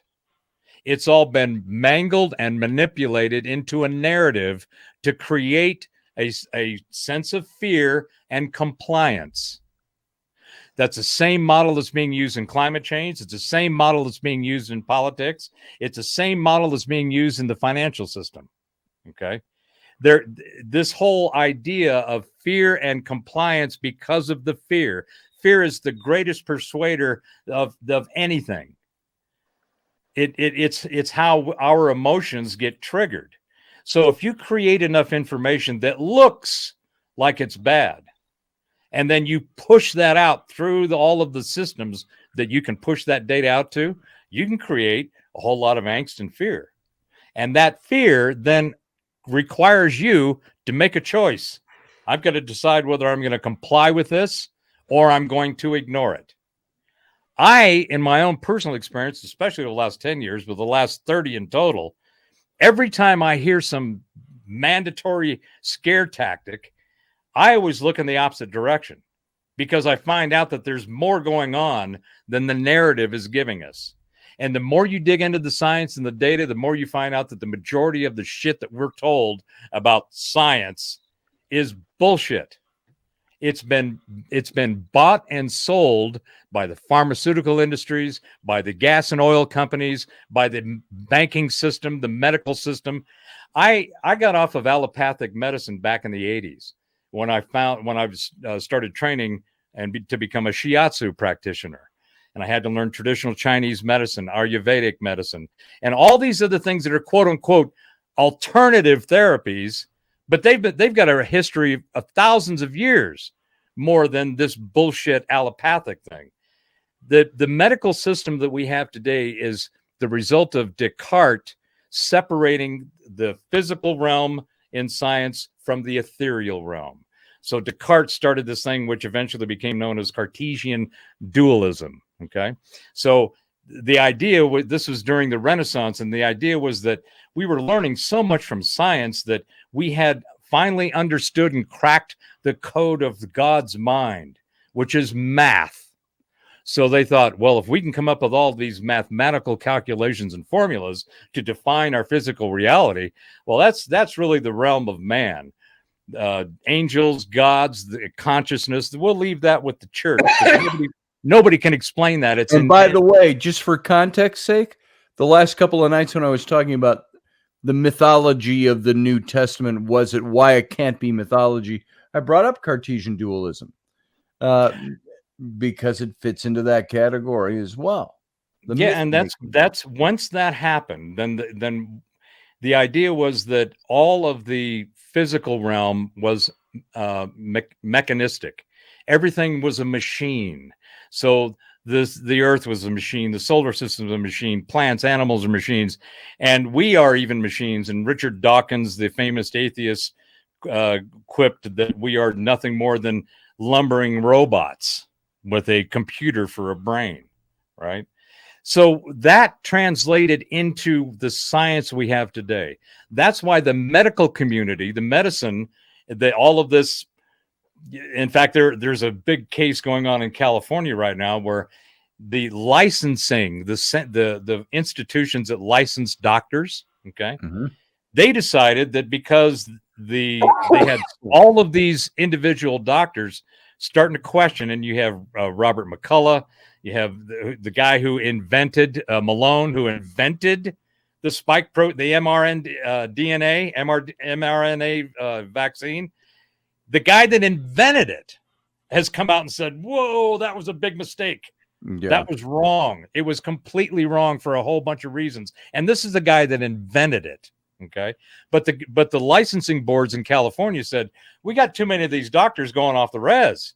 They're going ivermectin and what's the other one? Hydroxychloroquine and all this other stuff, which turned out to be true, that they are extremely effective. Yeah. Okay.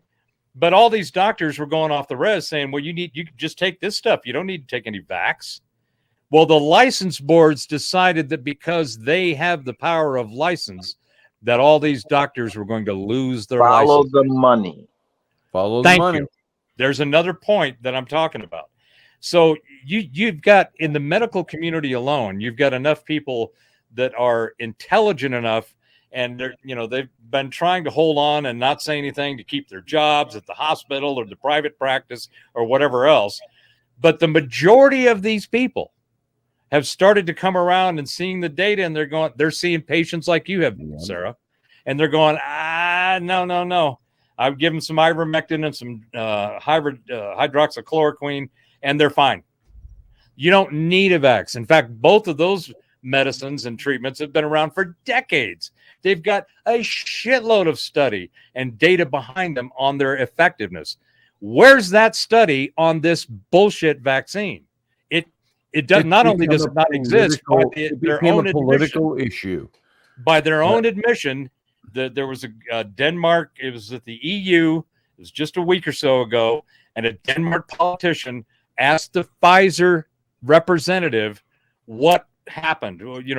What's the tests and all of that. And she said, and I quote, well, we couldn't test because we had to move at the speed of science. It's like, excuse me? What the hell is the speed of science? The science moves slowly. I was going to say, if it's anything like masonry, it's really slow. Science and masonry. So, yeah.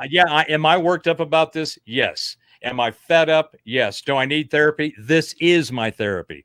I've had enough of all of this bullshit and these people that go on about, well, I know this and there's anecdotal that. And I think that you're just, on some rant because you don't like the man. Well, yeah, I don't like the man, and I got a whole long rant to go on about that, which you can go down a number of rabbit holes. Don't like the man. Now we're getting someplace, Professor. Chuck, tell me about your father. I just have to say to Chuck, it's already been proven that it works. Yeah, Chuck, I don't know. That's the problem. I would like to see you're watching too much CNN, Chuck. So, and I hate to say this, but we're at the end of the show. There's a lot of good stuff to talk about here. There's things I didn't get to. Paige had mentioned some things about about guys and sex with girls and stuff like that. We should talk about that. What he's but trying not to say is tonight. this is the end of your time, Doctor Professor. We'll schedule with the receptionist out front, and we'll. Yeah, there. I apologize for the intensity. No, There I is don't. no I apologize apology for the necessary. emotion. That's No, what- no, it's I good radio. apologize for all the about. words I've used. No, I don't. Never mind. And it's here for Sarah to Never voice her mind and apologize. Chuck It's to a voice sign of his mind. weakness. And I That's why I just retract it think every time.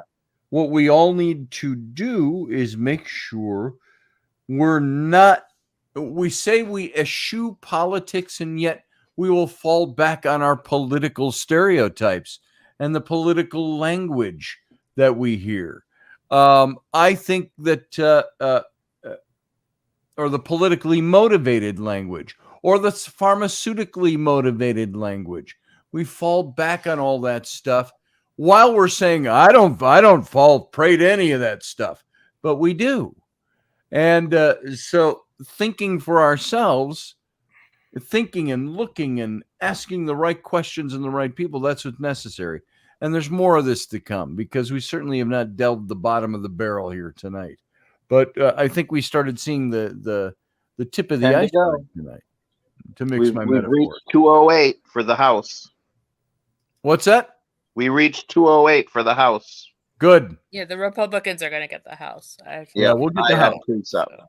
And we're You know, sitting the at 49, 48 on the Senate still. The interesting 49-48 thing to on the watch Senate. is good old Arizona down there with Kerry Lake.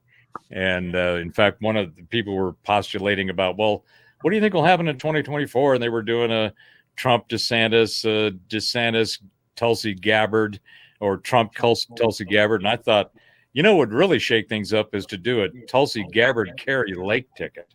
Get two women in there. Yeah, you shake that And up. those two are extremely strong. I'm going to tell you personalities something. and women that I would think, vote for Tulsi Gabbard. yeah, I would too.